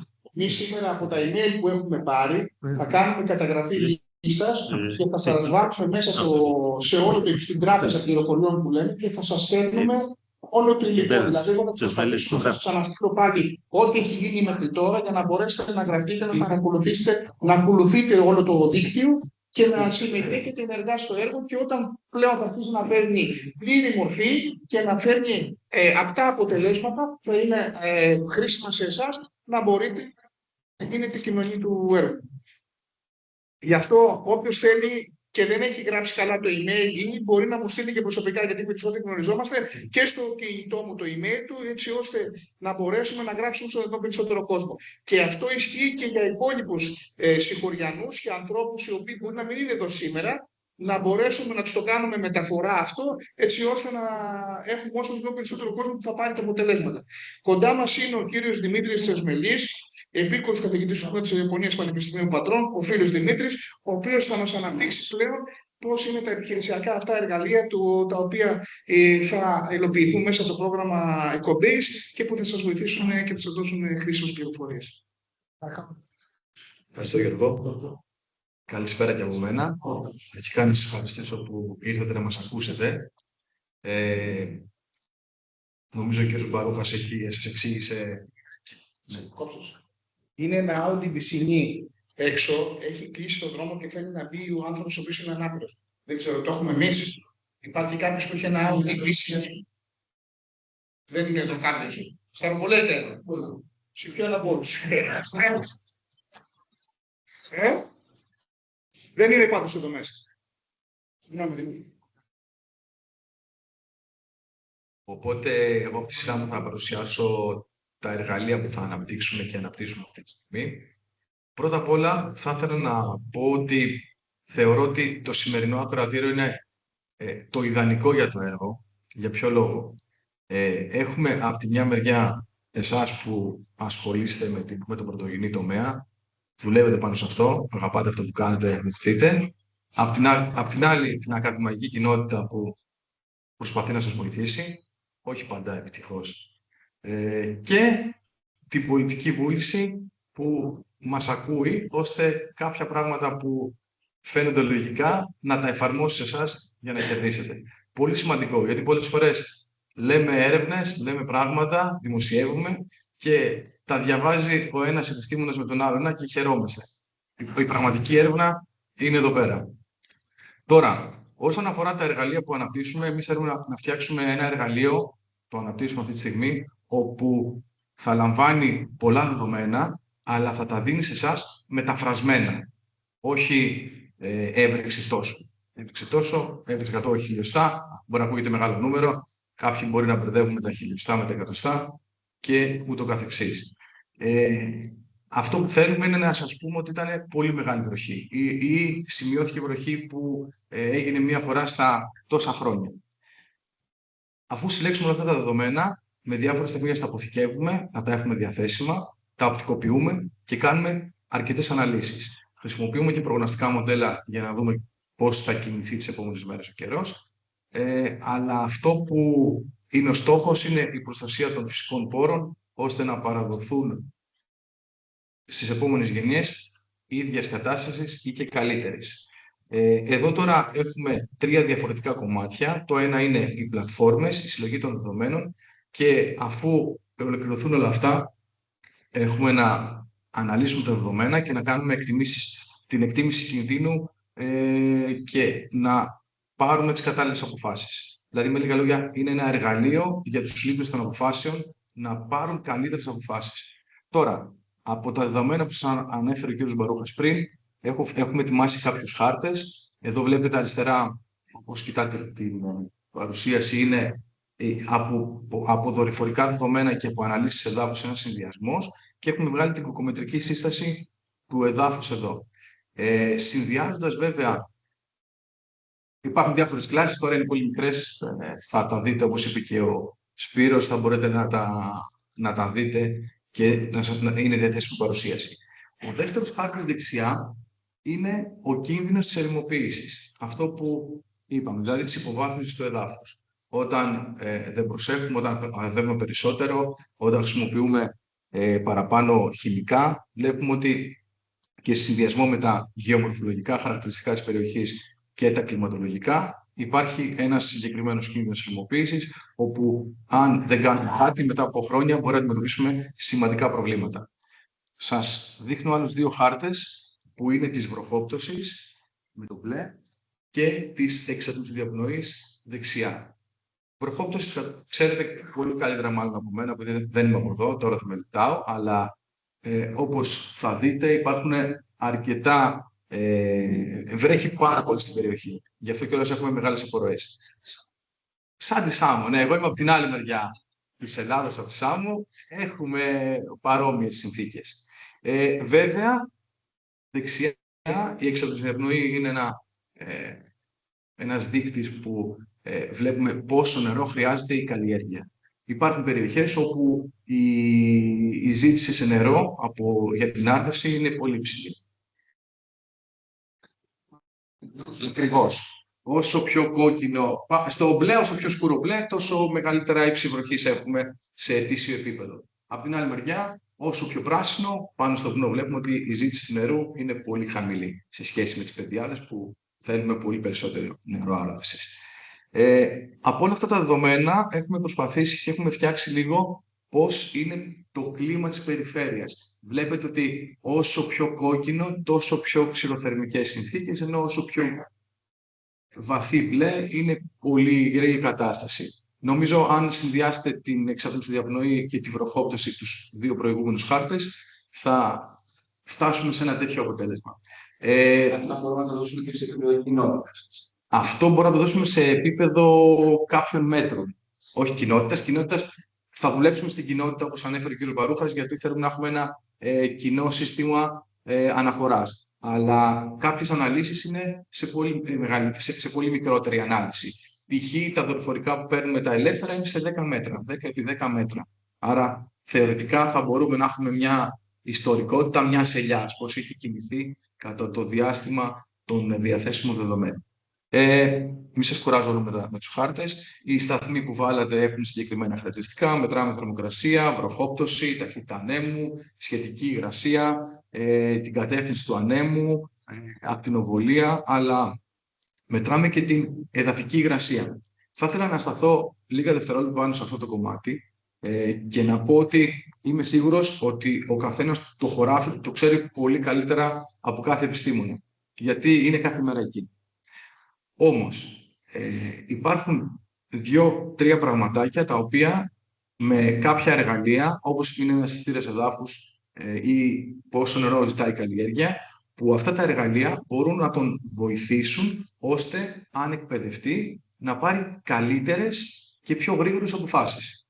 Δηλαδή, να αποφύγουμε τη φωτογραφία με τα λιμνάζοντα νερά, ή να αποφύγουμε καταστάσεις μπαίνοντας στο χωράφι και φτάνουμε μέχρι τον αστράγαλο. Όλα αυτά είναι κομμάτια τα οποία πρέπει να προσέξουμε. Τώρα η πλατφόρμα πολύ γρήγορα θα έχει συγκεκριμένα πραγματάκια, όπως είπαμε, θα είναι online, άρα όποιος έχει πρόσβαση θα μπορεί να μπει μέσα να δει χάρτες, να δει δεδομένα, πόσο έχει βρέξει, τι θερμοκρασία έχει, ποια είναι η σχετική υγρασία του εδάφους. Θα γίνονται υπολογισμοί για, όχι συμβουλές, αλλά θα δίνονται κάποιες συστάσεις πόσο θα πρέπει να ποτίσουμε. Αντίστοιχα, η ζήτηση του νερού από την καλλιέργεια.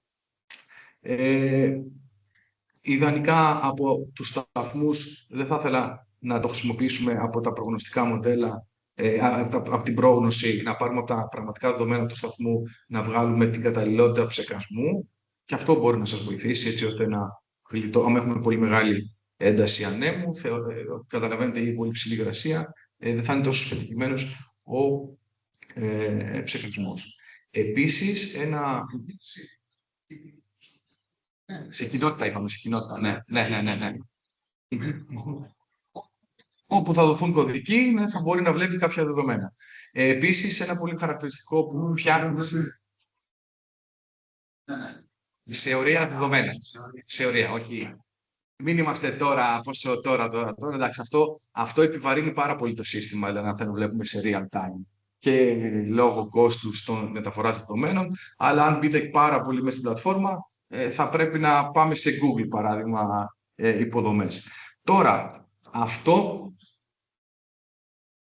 αυτό που ήθελα να αναφέρω είναι ότι πολύ χρήσιμο θα είναι για τις περιοχές που θα εργαστούμε και θα εντάξουμε μέσα, να έχουμε κάπως ένα ψηφιακό ημερολόγιο εργασιών. Και αυτό θα δείτε ότι θα σας βοηθήσει πάρα πολύ. Αντί να έχετε το Δευτέρι, δηλαδή, να έχουμε κάτι τέτοιο. Τώρα κάποιες εικόνες από τους σταθμούς που βάλαμε και γρήγορα σας δείχνω λίγο πώς είναι η πλατφόρμα. Πρέπει να κάνουμε login, τα διαθέσιμα δεδομένα, αυτό που ρωτήσατε τώρα, ποια είναι η κατάσταση. Ήταν χθεσινή, τώρα το τράβηξα αυτό το screenshot. Τα δεδομένα με το εύρος, πώς είναι εδώ η θερμοκρασία. Και έβαλα επίτηδες στη βροχή να δείτε πόσο έχει βρέξει φέτος. Έχει βρέξει πάρα πολύ, γύρω στα 300 κάτι χιλιοστά τον Ιανουάριο. Ναι. Τον Ιανουάριο. Ναι, τώρα. Ναι. 300 κάτι. Δεν φαίνεται πολύ καλά, αλλά εκεί κάτω είναι αυτό που έχουμε ξεκινήσει να λέμε, να μεταφράσουμε τα δεδομένα. Δηλαδή, το 300 το καταλαβαίνουμε ένα μεγάλο ποσό. Όμως, έχουμε χρησιμοποιήσει κάποιους δείκτες, όπως παράδειγμα πόσες μέρες συνεχόμενης βροχής έχουμε ή πόσες μέρες έχει να βρέξει, θερμοκρασίες που είναι πάνω από τόσους βαθμούς Κελσίου. Όλα αυτά θα είναι μέσα σε μια εύχριστη από κάτω, σε ένα εύχριστο παράθυρο, ώστε να βλέπετε κι εσείς αυτές τις πληροφορίες.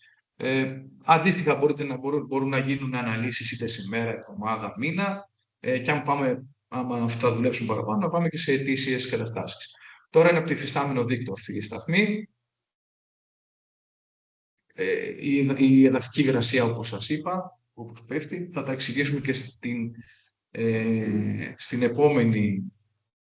επόμενο ραντεβού που θα έχουμε, έτσι ώστε να δείτε, να σας κάνουμε κάπως σαν εκπαίδευση πάνω στην πλατφόρμα.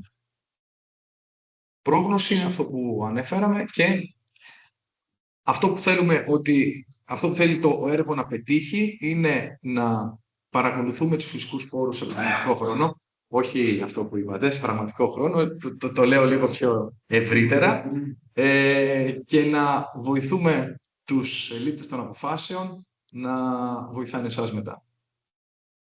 Ερωτήσεις αν έχετε? Πολύ.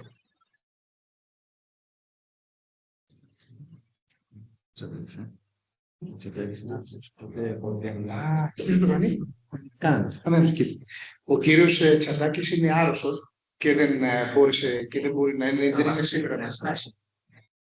Θα μας έδειχνε live μια τεχνική, σας το χρωστάμε για την επόμενη φορά. Θα το κάνουμε την επόμενη φορά. Εντάξει. Νομίζω ότι τώρα που μπήκαμε και στο πιο πρακτικό, βλέπουμε και ποια είναι η ουσία και πώς μπορείτε να τα χρησιμοποιήσετε όλα αυτά. Η αλήθεια είναι, επειδή το Καναδά είναι πάρα πολύ μεγάλος νομός, θα προσπαθήσουμε να είμαστε κοντά στην περιοχή εδώ και στο επόμενο πιλωτικό, έτσι ώστε να μπορέσετε να παραβρεθείτε όλοι σας. Επειδή θα γίνουν 6-7 δράσεις από πλευράς του Υπουργείου, θα προσπαθήσουμε αρκετές από αυτές να γίνουν στην ευρύτερη περιοχή του Καλλικρατικού Δήμου Μεσολογγίου, έτσι ώστε να είστε παρόν ή να μπορείτε να έρθετε. Σίγουρα, όπως είπαμε και πριν, μέσα από τις διάφορες, μέσα από τα email και τη διασύνδεση που θα κάνουμε, θα μπορέσετε σιγά σιγά να κάνετε κτήμα σας όλες αυτές τις πληροφορίες. Θέλετε να προχωρήσουμε ή να κάνουμε ένα μικρό διάλειμμα? Όχι, πάμε. Το λόγο έχει ο Αλέξανδρος Καλαράκης, ο οποίος θα μας κάνει μια παρουσίαση του έργου TAX του Πανεπιστημίου Πατρών. Γεια σας και από μένα. Ένα από τα έργα που είδαμε πριν, που σας παρουσίασε πολύ εύκολα ο κύριος Μπαρούχας, ήταν το EcoBase. Αντίστοιχο έργο, το οποίο χρησιμοποιεί και πολλά από τα στοιχεία που μας παρουσίασε ο κύριος Τσεσμελής, είναι το TAX2. Είναι ένα έργο, όπως βλέπετε, πάλι μια συνεργασία. Οι λέξεις κλειδιά εδώ πέρα είναι το «του». Μιλάμε για 2 χώρες τώρα που συνεργάζονται, όχι 17 χώρες με 10 συνέτερους. Άρα έχουμε 2 χώρες που συνεργάζονται και θέλουμε και σε αυτό να χρησιμοποιήσουμε στοιχεία της πλατφόρμας που θα μας οδηγήσουν σε έξυπνη γεωργία. Να το δούμε λίγο αναλυτικά το έργο αυτό. Τι θέλουμε να επιτύχουμε ουσιαστικά σε αυτό το έργο? Θέλουμε να βρούμε καινούριες δράσεις, καινοτόμες δράσεις ουσιαστικά, που να χρησιμοποιούμε την έξυπνη γεωργία, την ευφυή γεωργία, να χρησιμοποιήσουμε δηλαδή τέτοιες πλατφόρμες που να σας δίνουν άμεσα την πληροφορία. Να κάνουμε μια συνεργασία, γιατί ουσιαστικά αυτή τη στιγμή μιλάμε για 2 χώρες, Ελλάδα και Ιταλία, οπότε χρειαζόμαστε μια συνεργασία και να μεταφέρουμε αυτή την τεχνογνωσία μεταξύ των 2 χωρών. Κάτι ξέρουμε εμείς καλά, κάτι ξέρουν καλύτερα οι Ιταλοί, κάτι μπορούμε να μάθουμε εμείς τους Ιταλούς, κάτι να μας μάθουν αυτοί.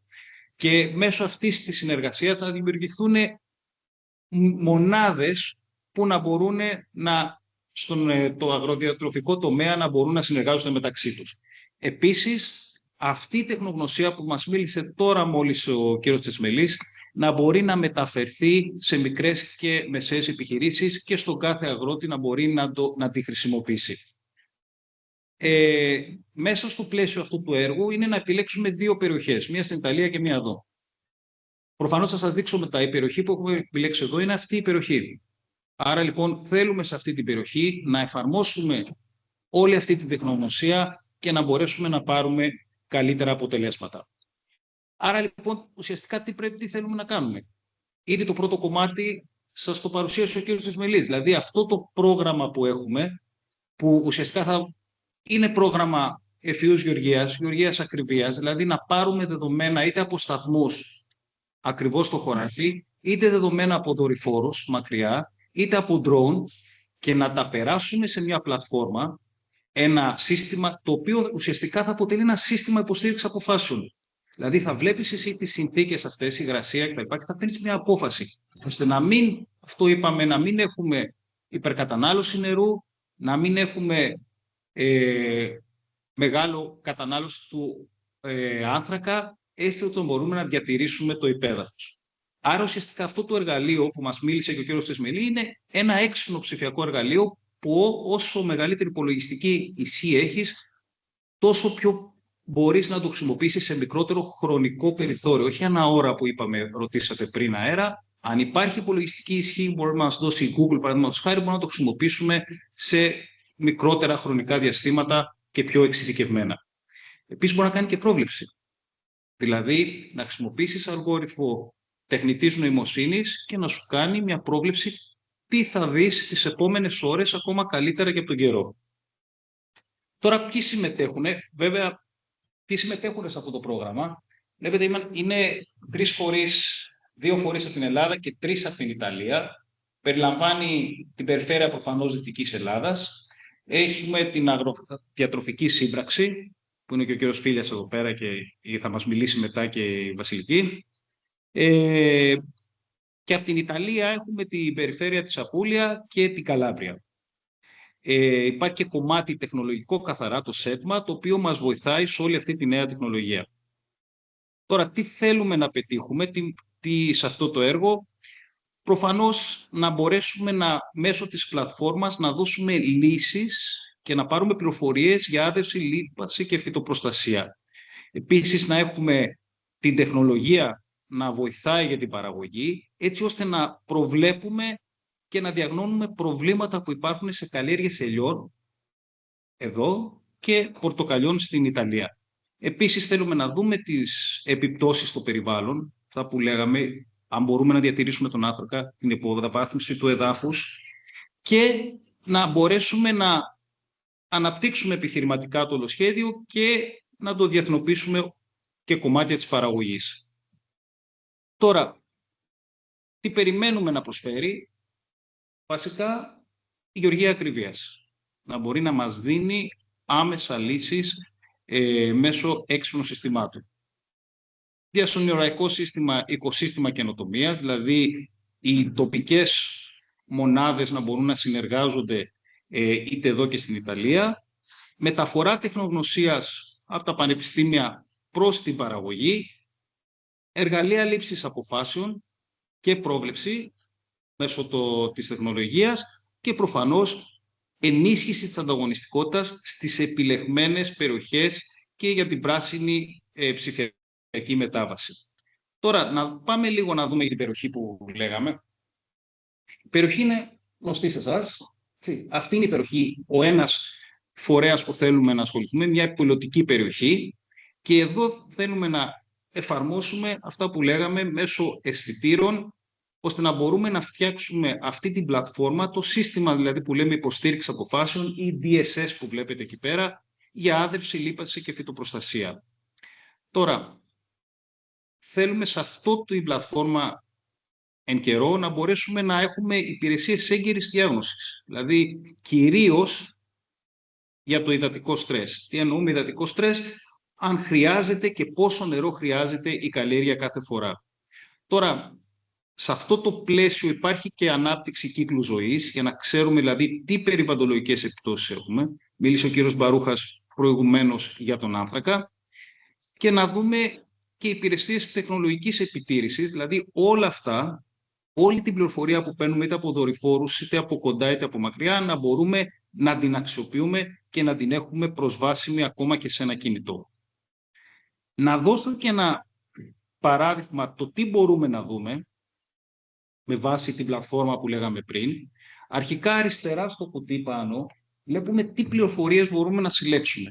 Είτε από τους αισθητήρες που θα είναι εκεί πέρα κοντά, είτε από μελέτη, είτε από στοιχεία που έχουμε συλλέξει μέσα στην πλατφόρμα. Άρα λοιπόν θα χρειαστούμε αυτές τις πληροφορίες που είναι ουσιαστικά οι εισρωές του συστήματός μας. Τώρα, τι θέλουμε να αντιμετωπίσουμε? Παραδείγματος χάρη είναι το δεύτερο κουτάκι που βλέπουμε στο κέντρο περίπου. Θέλουμε να μειώσουμε το αποτύπωμα του άνθρακα, να μπορέσουμε να βελτιώσουμε την κατανάλωση του νερού, δηλαδή το υδατικό αποτύπωμα, να κρατήσουμε το έδαφος σε κατάλληλο και να μην έχει ευτροφισμό λόγω λιπασμάτων, να αντιμετωπίσουμε την οξύνηση, δηλαδή να μειώσουμε τις εκπομπές των μονοξιδίων που είναι κακές, το διοξιδίο του άνθρακα που είπε και πριν ο κ. Μπαρούχας ή το διοξιδίο του θείου και τα νητρικά προφανώς από τα λιπάσματα. Και στο τέλος να ελέγξουμε και την κατανάλωση ενέργειας, είτε αυτή είναι εκεί σε δουλειές στο χωράφι, είτε αυτή η κατανάλωση είναι για παραγωγή, παραδείγματος χάρη ελαιόλαδου, όταν θα την πάμε για να παράγουμε το λάδι. Τώρα, τι θέλουμε να βελτιώσουμε? Εδώ οι βελτιώσεις είναι η βελτιστοποίηση της άδρευσης, να είναι ορθολογική, καθώς και ορθολογική λίπανση, αναλόγως τι σου λείπει, να ξέρεις τι θα προσθέσεις στο έδαφος σου. Όλα αυτά, πώς μπορούμε να τα πετύχουμε? Με συνεισφορά του έργου του Tax2.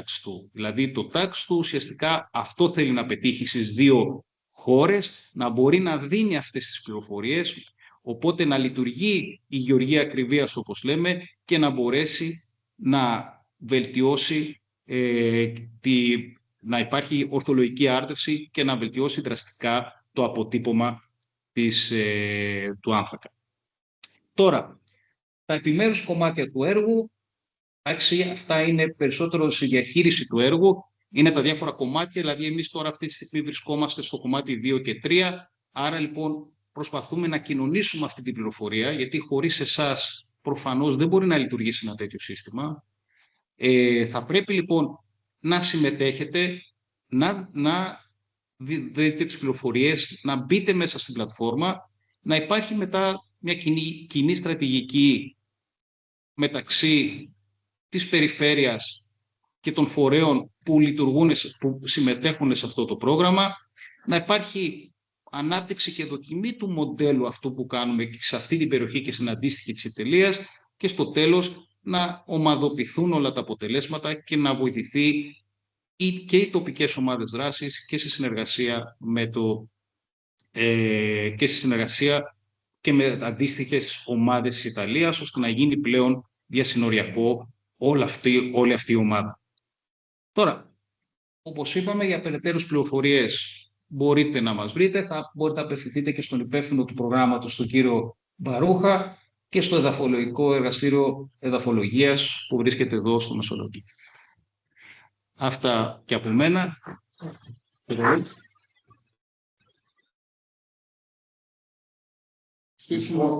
Ναι, βεβαίως. 10 δευτερόλεπτα. Αυτό που ήθελα να σας πω είναι η τεχνογνωσία που λέμε ανταλλάσσουμε με την Ιταλία είναι η εξής. Η Ιταλία, η αντίστοιχη περιοχή της Απούλια, το νερό άρδευσης που καταναλώνει είναι περίπου στο 60% των συνολικών ποσοτήτων που έχει διαθέσιμο. Άρα δηλαδή αν έχει 1000 κυβικά, καταναλώνει τα 600 στην Γεωργία. Εμείς ξέρετε τι νούμερο έχουμε, δεν το αναφέραμε. 92. Γι' αυτό 92, δηλαδή μόνο το 8% πάει στην πόλη για ίδρυυση, στις πόλεις μας για ίδρυυση, και το 92% πάει στη Γεωργία. Αυτό σημαίνει ότι κάτι δεν κάνουμε καλά.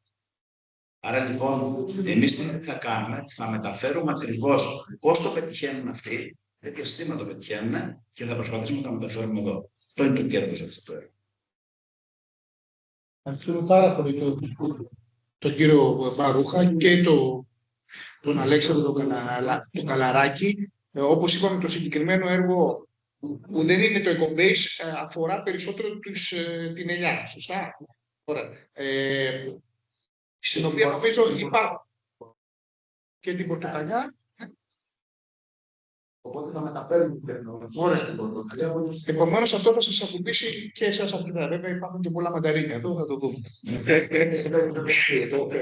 Λοιπόν, να δώσουμε το λόγο στη Βασιλεία Παπαβασιλείου, στην επιστημονική συνεργάτη και υπεύθυνη των Ευρωπαϊκών Προγραμμάτων της Αγροδιατροφικής Σύμπραξης Περιφέρειας Δυτικής Ελλάδος, να μας κάνει μια σύντομη παρουσίαση του έργου Bio District App, που είναι και αυτό μέσα από το Ελλάδα-Ιταλία. Και μετά θα συζητήσουμε και για το εδαφολογικό και θα σας καλέσουμε σε ένα σύντομο light lunch που σας έχουμε ετοιμάσει έξω στην αίθουσα που μας περιμένει. Βασιλεία.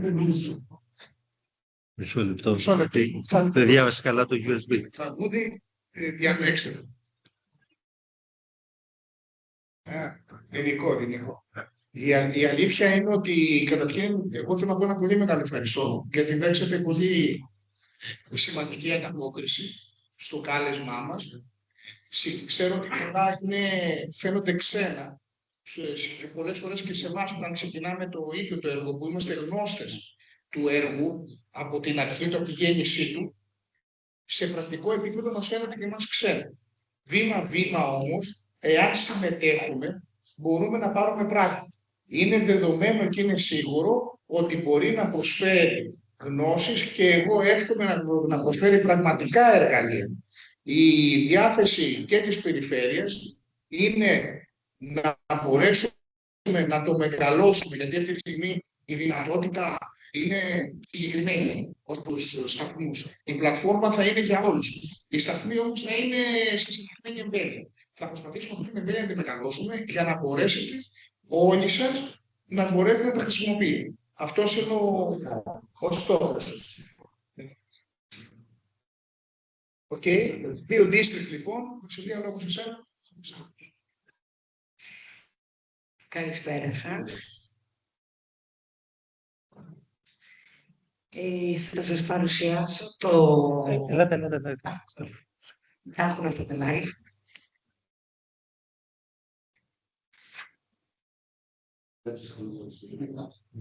Το γράφουμε κιόλας.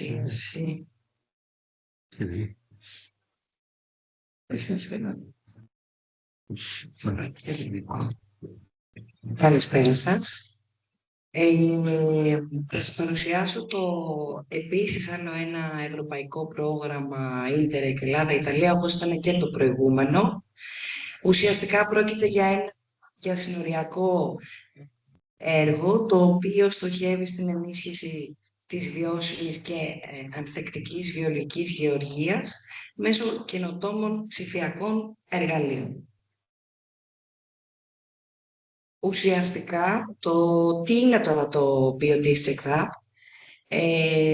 Bio-District ουσιαστικά είναι οι βιοπεριοχές ή βιοπεριφέρειες και αυτό το έργο ουσιαστικά επιδιώκει την ενίσχυση στον τομέα της βιολογικής γεωργίας σε διασυνοριακό επίπεδο, δηλαδή πρόκειται για δύο περιοχές, η μία θα δημιουργηθεί κοντά στο Μπάρι, αυτή η βιοπεριοχή, και άλλη μια αντίστοιχη περιοχή θα δημιουργηθεί εδώ στη δικιά μας την περιφέρεια Δυτικής Ελλάδος, όπου και θα γίνει μάλιστα στο Δήμο της Αρχαίας Ολυμπίας, καθότι είναι και εταίρος του έργου.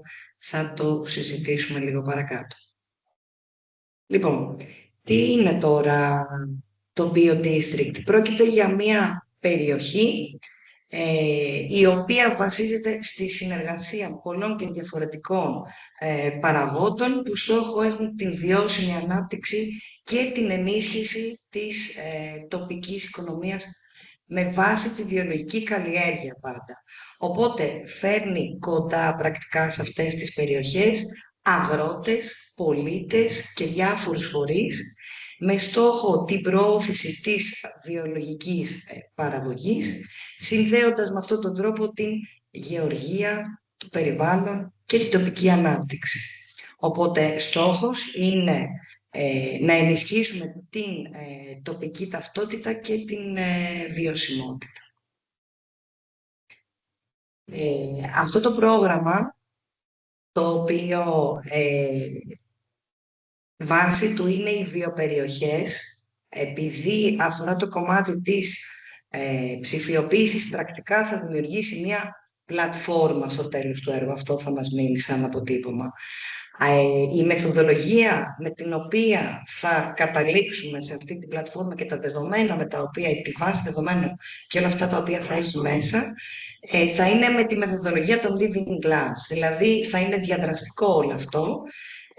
Θα υπάρχει συμμετοχική καινοτομία και δημιουργία όλων των λύσεων σε συνεργασία τόσο οι πολίτες όσο και οι ειδικοί των φορέων, έτσι ώστε να δοκιμαστούν όλα τα εργαλεία σε πραγματικές συνθήκες και όχι μία απλή θεωρητική προσέγγιση όλου αυτού. Τώρα, οι εταίροι του έργου είμαστε χωρισμένοι μισή-μισή. Είναι 3 Ιταλοί και 3 Έλληνες πρακτικά. Ο leader αυτού του έργου είναι το Σιάν Μπάρι, όπου πρόκειται για ένα μεγάλο ερευνητικό, εκπαιδευτικό και έντονο στην ανάπτυξη του αγροδιατροφικού τομέα. Το ΛΑΜΕ, που είναι ο δεύτερος εταίρος, πρόκειται ουσιαστικά για τη βιοπεριοχή που ήδη υπάρχει στην Ιταλία. Δυστυχώς εδώ στην Ελλάδα δεν έχουμε κάτι αντίστοιχο. Και πάνω σε αυτή την λογική ουσιαστικά πατάει όλο αυτό το ψηφιακό εργαλείο το οποίο θα δημιουργηθεί στο τέλος. Η ARIF ουσιαστικά είναι ένας φορέας ο οποίος είναι στην Ιταλία και αφορά την βιολογική γεωργία και τη διαχείριση εδαφών, υδάτινων πόρων και αδρευτικών έργων. Μετά στη συνέχεια έχουμε τους 3 Έλληνες εταίρους που είναι με τη σειρά η Αγροδιατροφική Σύμπραξη της Περιφέρειας Δυτικής Ελλάδος, την μη κερδοσκοπική οργάνωση Ιννόπολης και το Δήμο της Αρχαίας Ολυμπίας. Το έργο τώρα, τι επιδιώκουμε μέσα από αυτό το έργο. Κεντρικός στόχος ουσιαστικά είναι η ενίσχυση της ανθεκτικότητας των τοπικών αγροτικών οικοσυστημάτων απέναντι στις οικονομικές και περιβαλλοντικές προκλήσεις πρακτικά.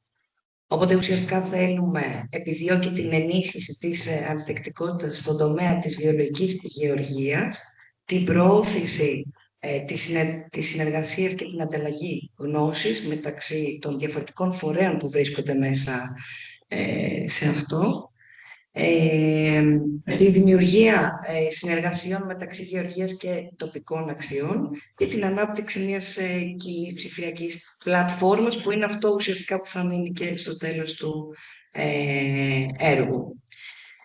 Τώρα, τα αναμενόμενα αποτελέσματα, όπως προαναφέραμε, είναι η ενδυνάμωση των τοπικών κοινοτήτων, γιατί μιλάμε για βιοπεριοχές. Εδώ πέρα φέρνουμε μαζί ουσιαστικά και την κοινωνία των πολιτών, φέρνουμε μαζί και τους αγρότες, αλλά επίσης και τους αγρότες είπαμε, κάτι ξέχασα.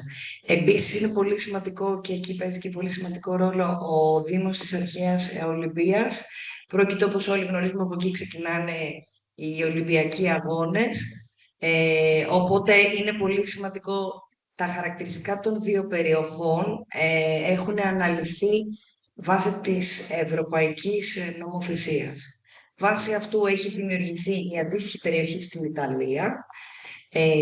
Οπότε φέρνουμε μαζί διαφορετικούς stakeholders από διαφορετικά επίπεδα και μέσα σε αυτό είναι και ο τουρισμός. Οπότε θέλουμε ψηφιακές υπηρεσίες στον αγροτικό τομέα και μακροπρόθεσμη βιωσιμότητα ανάμεσα αυτές τις δύο περιοχές. Τώρα, η στρατηγική στόχη και τα βασικά μηνύματα είναι ποιο είναι το impact πρακτικά. Είναι ότι το έργο παρουσιάζει τις σημαντικές αλλαγές που επιφέρει σε αυτές τις περιοχές και στην βιολογική γεωργία τόσο στην Ελλάδα όσο και στην Ιταλία. Η Ευρωπαϊκή Ένωση, η οποία χρηματοδοτεί αυτό το πρόγραμμα, ουσιαστικά εξηγεί με απλό τρόπο τα ωφέλη στους πολίτες και στους φορείς και η συμμετοχή των φορέων ενισχύει τη συνεργασία μεταξύ της Ελλάδας και της Ιταλίας μέσω ενημέρωσης, επικοινωνίας και ανάπτυξης των σχέσεων συνεργασίας μεταξύ τους. Αυτό το πρόγραμμα ουσιαστικά πατάει πάνω στον άξονα προτεραιότητας για την έξυπνη ανάπτυξη και καινοτομία. Είναι κάτω από τον ειδικό στόχο της ψηφιοποίησης. Έχει προϋπολογισμό λίγο παραπάνω από 1 εκατομμύριο. Ξεκίνησε τον Ιούνιο και θα ολοκληρωθεί τον Ιούνιο του 2027, οπότε είναι συνολικής διάρκειας 24 μήνες. Τα συμπεράσματα τώρα για το συγκεκριμένο πρόγραμμα είναι ότι συνδυάζει την βιωσιμότητα και τεχνολογία, ενισχύει τη σχέση μεταξύ Ιταλίας και Ελλάδας, καθώς θα κάνουμε και οι δύο τα ίδια πράγματα πάνω σε αυτή την πλατφόρμα, προωθεί τη βιολογική γεωργία και δημιουργεί ψηφιακά εργαλεία με κοινωνικό αντίκτυπο.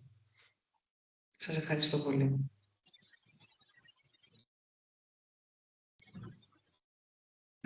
Ευχαριστούμε πάρα πολύ τη Βασιλεία και το λόγο στον τελευταίο μιλητή, στον κύριο Παντελή Μπαρούχα και στον Γιάννη το Μπουγιουκλή, ο οποίος θα μας κάνει μια σύντομη παρουσίαση του έργου του Εδαφολογικού Εργαστηρίου Δυτικής Ελλάδας. Γιάννη, ποια είναι η παρουσίαση? Είναι αυτό που λέει εκπομπή διδακτορικό. Έτσι είναι αυτό. Δεν είναι σωστά.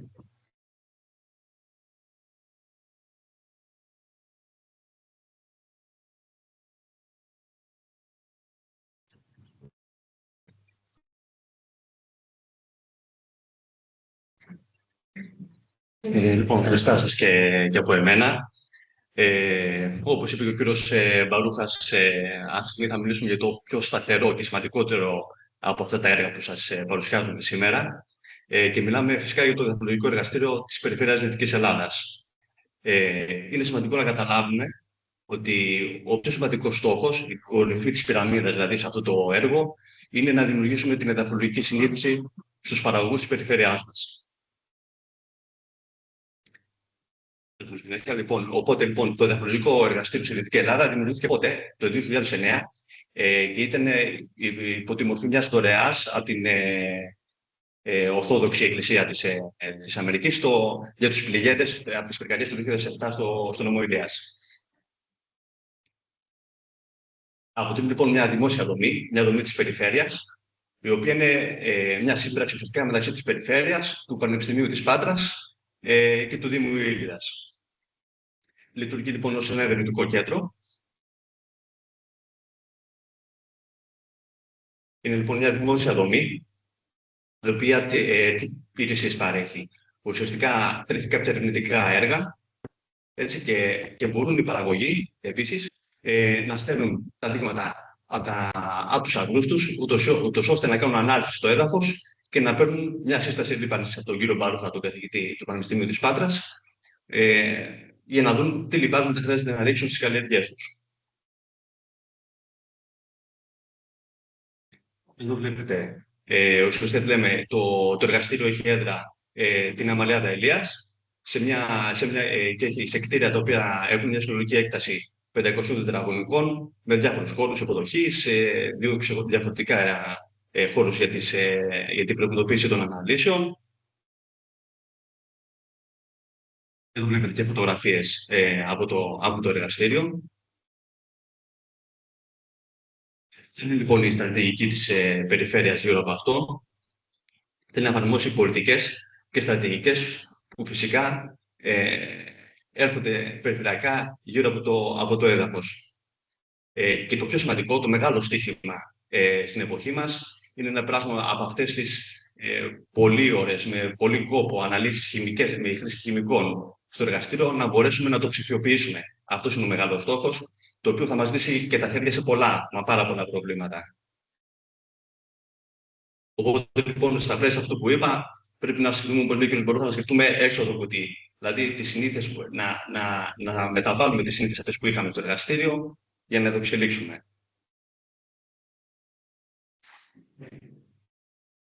Όπως είπαμε και αρχικά, λοιπόν, ο μεγάλος στόχος είναι να δημιουργήσουμε την εδαφολογική συνείδηση στον κόσμο της περιφέρειας Δυτικής Ελλάδας, έτσι, και ιδίως στους παραγωγούς. Πώς θα το κάνουμε αυτό, όπως είδαμε και στις προηγούμενες δράσεις, με το να χρησιμοποιήσουμε σύγχρονα εργαλεία και σύγχρονες υπηρεσίες. Εδώ λοιπόν, ποια είναι αυτά τα σύγχρονα εργαλεία? Μπορούν να είναι η σταθμή που χρησιμοποιούμε αυτή, η επιτήρηση του εδάφους, η χρήση των drones. Οπότε με αυτόν τον τρόπο θα κάνουμε από τις κλασικές μεθόδους στο εργαστήριο να περάσουμε με τη χρήση των δορυφορικών δεδομένων και των αισθητήρων που έχουμε στους σταθμούς κλπ. Να μπορέσουμε να προχωρήσουμε ένα βήμα μπροστά. Εδώ βλέπετε κάτι το οποίο είναι πάρα πολύ σημαντικό και είναι αυτό που λέγαμε για πάνω στις μεθοδολογίες που δουλεύονται στο εργαστήριο, καθώς το Εδαφολογικό Εργαστήριο Δυτικής Ελλάδας εντάσσεται μέσα στο δίκτυο των εδαφολογικών εργαστηρίων του Παγκόσμιου Οργανισμού Τροφίμων των ΗΠΑ. Και αυτό είναι έργο του κ. Μπαρούχα, φυσικά. Εδώ βλέπετε το τι μπορεί να κάνει ένας παραγωγός στο εργαστήριο, να εφαρμόσει ανάλυση εδάφους, αναλύσεις σε φύλλα φυτικού ιστούς γενικά, και αναλύσεις νερού. Εδώ λοιπόν οι φορείς της σύμπραξης, όπως είπαμε ξανά, η Περιφέρεια Δυτικής Ελλάδας, το Πανεπιστήμιο Πατρών και ο Δήμος Ήλιδας. οποία εννοείται οι δράσεις του εργαστηρίου έχουν ξεκινήσει από ένα περιφερειακό επίπεδο, αλλά πλέον εκτείνονται μέχρι και εκτός των συνόρων σε ευρωπαϊκό επίπεδο. Λοιπόν, εδώ να πούμε για το ποιες δράσεις γίνονται μέσα στο εργαστήριο. Πέρα τις αναλύσεις αυτές που είπαμε, αναλύσεις εδάφους, νερού, φυτικών ιστών, γίνεται και άλλη στήριξη, όπως βλέπετε εδώ με τους παραγωγούς, τους πληγέντες από τις πυρκαγιές, έχουν γίνει και δωρεάν αναλύσεις στο Δήμο Αρχαίας Ολυμπίας. Όπως είπαμε και πριν, λοιπόν, πραγματοποιούνται δειγματοληψίες και αναλύσεις εδάφους σε πολλές περιφέρειες, σε όλη την περιφέρεια και στους 3 νομούς. Όπως βλέπετε και εδώ, στο Δήμο Αγρινίου, σε συνεργασία με το Δήμο Αγρινίου, θα γίνουν 250 δωρεάν αναλύσεις εδάφους. Στόχος ποιος είναι, λοιπόν? Στόχος είναι να δημιουργηθεί ένα δίκτυο στην περιφέρεια, ένα δίκτυο που θα περιλαμβάνει αυτά που λέμε τα soil points, τα οποία είναι καταστήματα γεωπόνων, καθώς και ομάδες παραγωγών και συνεταιρισμοί, ούτως ώστε οι παραγωγοί να μπορούν εύκολα να πάνε τα δείγματά τους και να σταθούν στο εργαστήριο για ανάλυση. Εδώ λοιπόν βλέπετε το χάρτη της περιφέρειας με τα σημεία στα οποία έχουμε αυτή τη στιγμή τα soil points, δηλαδή τα σημεία τα οποία γίνεται παραλαβή των δείγματων. Φωτογραφίες από αυτά. Σημαντικό λοιπόν μέσα από αυτό να γίνει δικτύωση του εργαστηρίου με τον κόσμο, με τους παραγωγούς της περιφέρειας, και γίνονται διάφορες δράσεις προς αυτό, διάφορες ενημερώσεις, εκπαιδευτικά προγράμματα, δεν κάνω λάθος κύριε Μπαρούκα, έτσι και στην Αμαλιάδα στο εργαστήριο.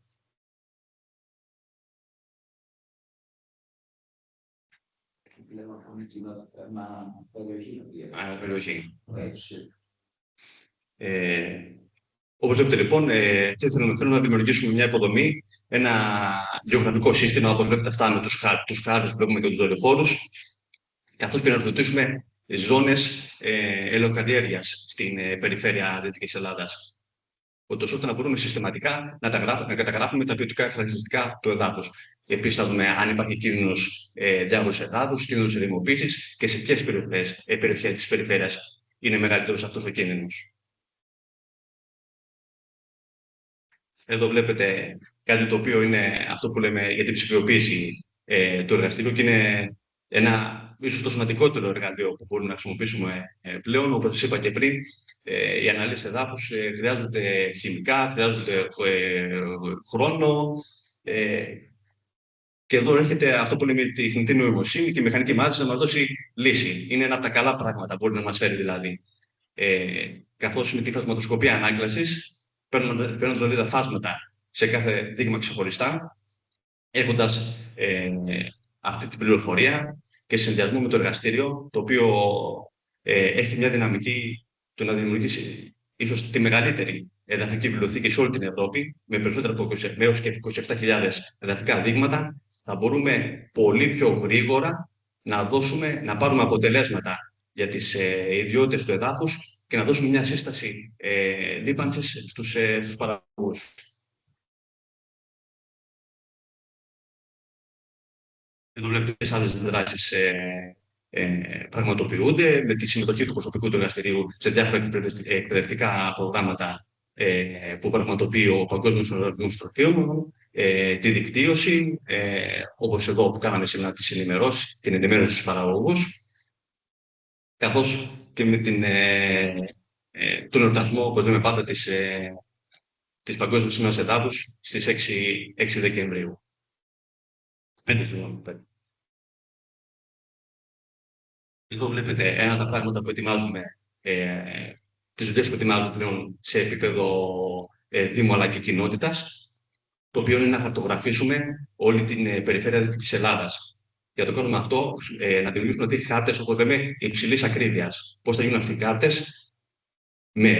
Ουσιαστικά με ανάλυση παραπάνω από 250 δειγμάτων ανά Δήμο. Και φυσικά ο στόχος είναι να διασφαλίσουμε αυτό που λέμε την υγεία του εδάφους και να τα διαχειριζόμαστε ορθότερα. Εδώ βλέπετε λοιπόν, θα σας δείξω διάφορους χάρτες. Αυτός είναι ο χάρτης της οργανικής ουσίας για το Δήμο Μεσολογγίου.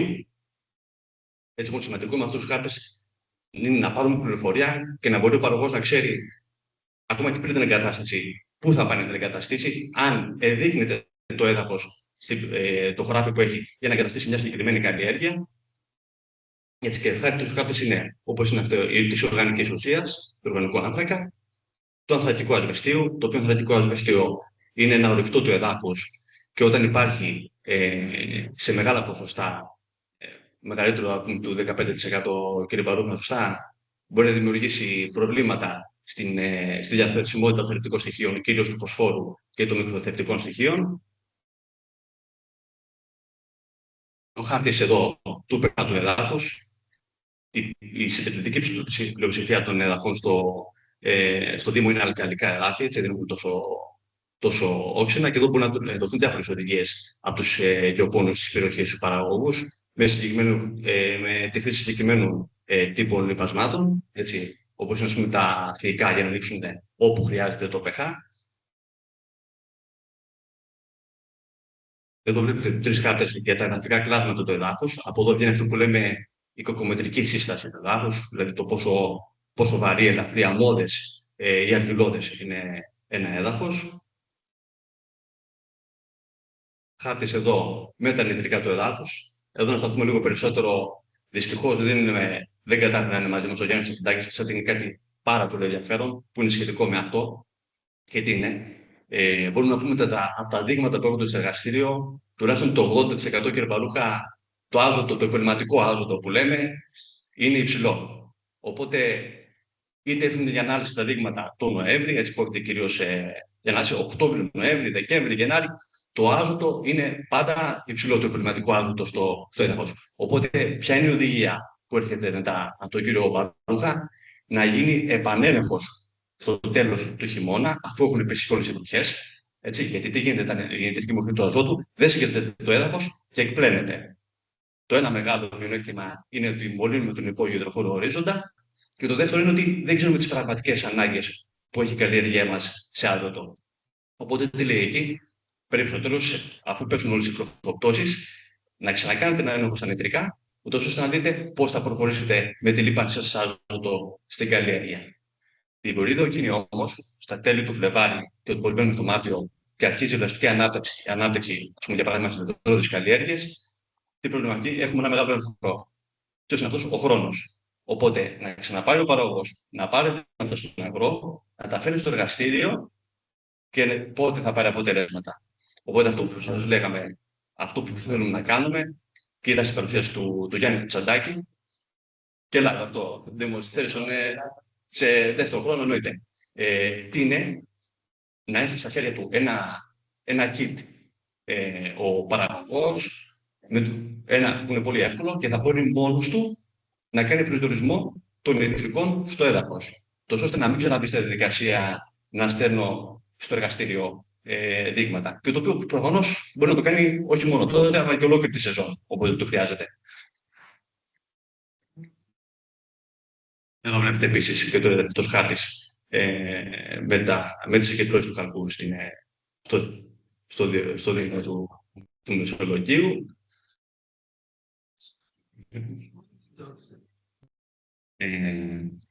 Και εδώ συνεχίζουμε με ενημερωτικό υλικό, το οποίο είναι διαθέσιμο σε όλους. Κυρίως μέσω, όταν το βρείτε μέσω της ιστοσελίδας του Εδαφολογικού Εργαστηρίου, www.edafολογικό.gr, και θα βρείτε αναλυτικές οδηγίες για το πώς γίνεται μια σωστή, μια ορθή δειγματοληψία εδάφους. Εδώ και διάφορα άλλα, όπως τετράδια, μπάνερς και λοιπά. Και μπλουζάκια φυσικά. Σας ευχαριστώ πολύ για την προσοχή σας.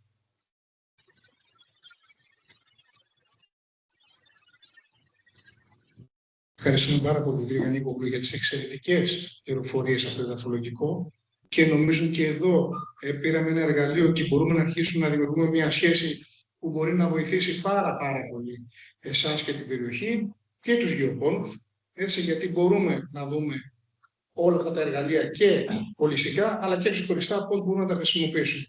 Σας ευχαριστώ πάρα πολύ που ήσασταν σήμερα εδώ. Εύχομαι να μην κουραστήκατε. Θα προσπαθήσουμε να κάνουμε και άλλες δράσεις, να είμαστε και άλλο κοντά. Σίγουρα θα προσπαθήσουμε με ψηφιακό τρόπο να έρθουμε και να σας δώσουμε όσο δυνατόν περισσότερες πληροφορίες, για να μπορέσετε κι εσείς μόνοι σας να έρχετε σε επαφή και να παίρνετε δείγματα από όλη αυτή τη γνώση. Καταλάβατε όλοι ότι πλέον πάμε μόνο σε πλατφόρμες, ότι ό,τι είχαμε μάθει να γίνεται στο χωράφι πλέον δεν γίνεται μόνο στο χωράφι, έχει ανάγκη το ψηφιακό εργαλείο. Έχουμε περάσει σε ένα άλλο είδος πλέον γεωργίας, την οποία υπάρχει ανάγκη, δεν το συζητάμε, να την κάνετε εκτίμηση. Ευχαριστούμε πάρα πολύ και ελάτε τώρα να σας κεράσουμε live dance. Δεν πρέπει να έχουμε προβατίνα και κοσμοπούλα, αλλά δεν είναι. Η Ευρωπαϊκή Ένωση δεν είναι κομμάτι.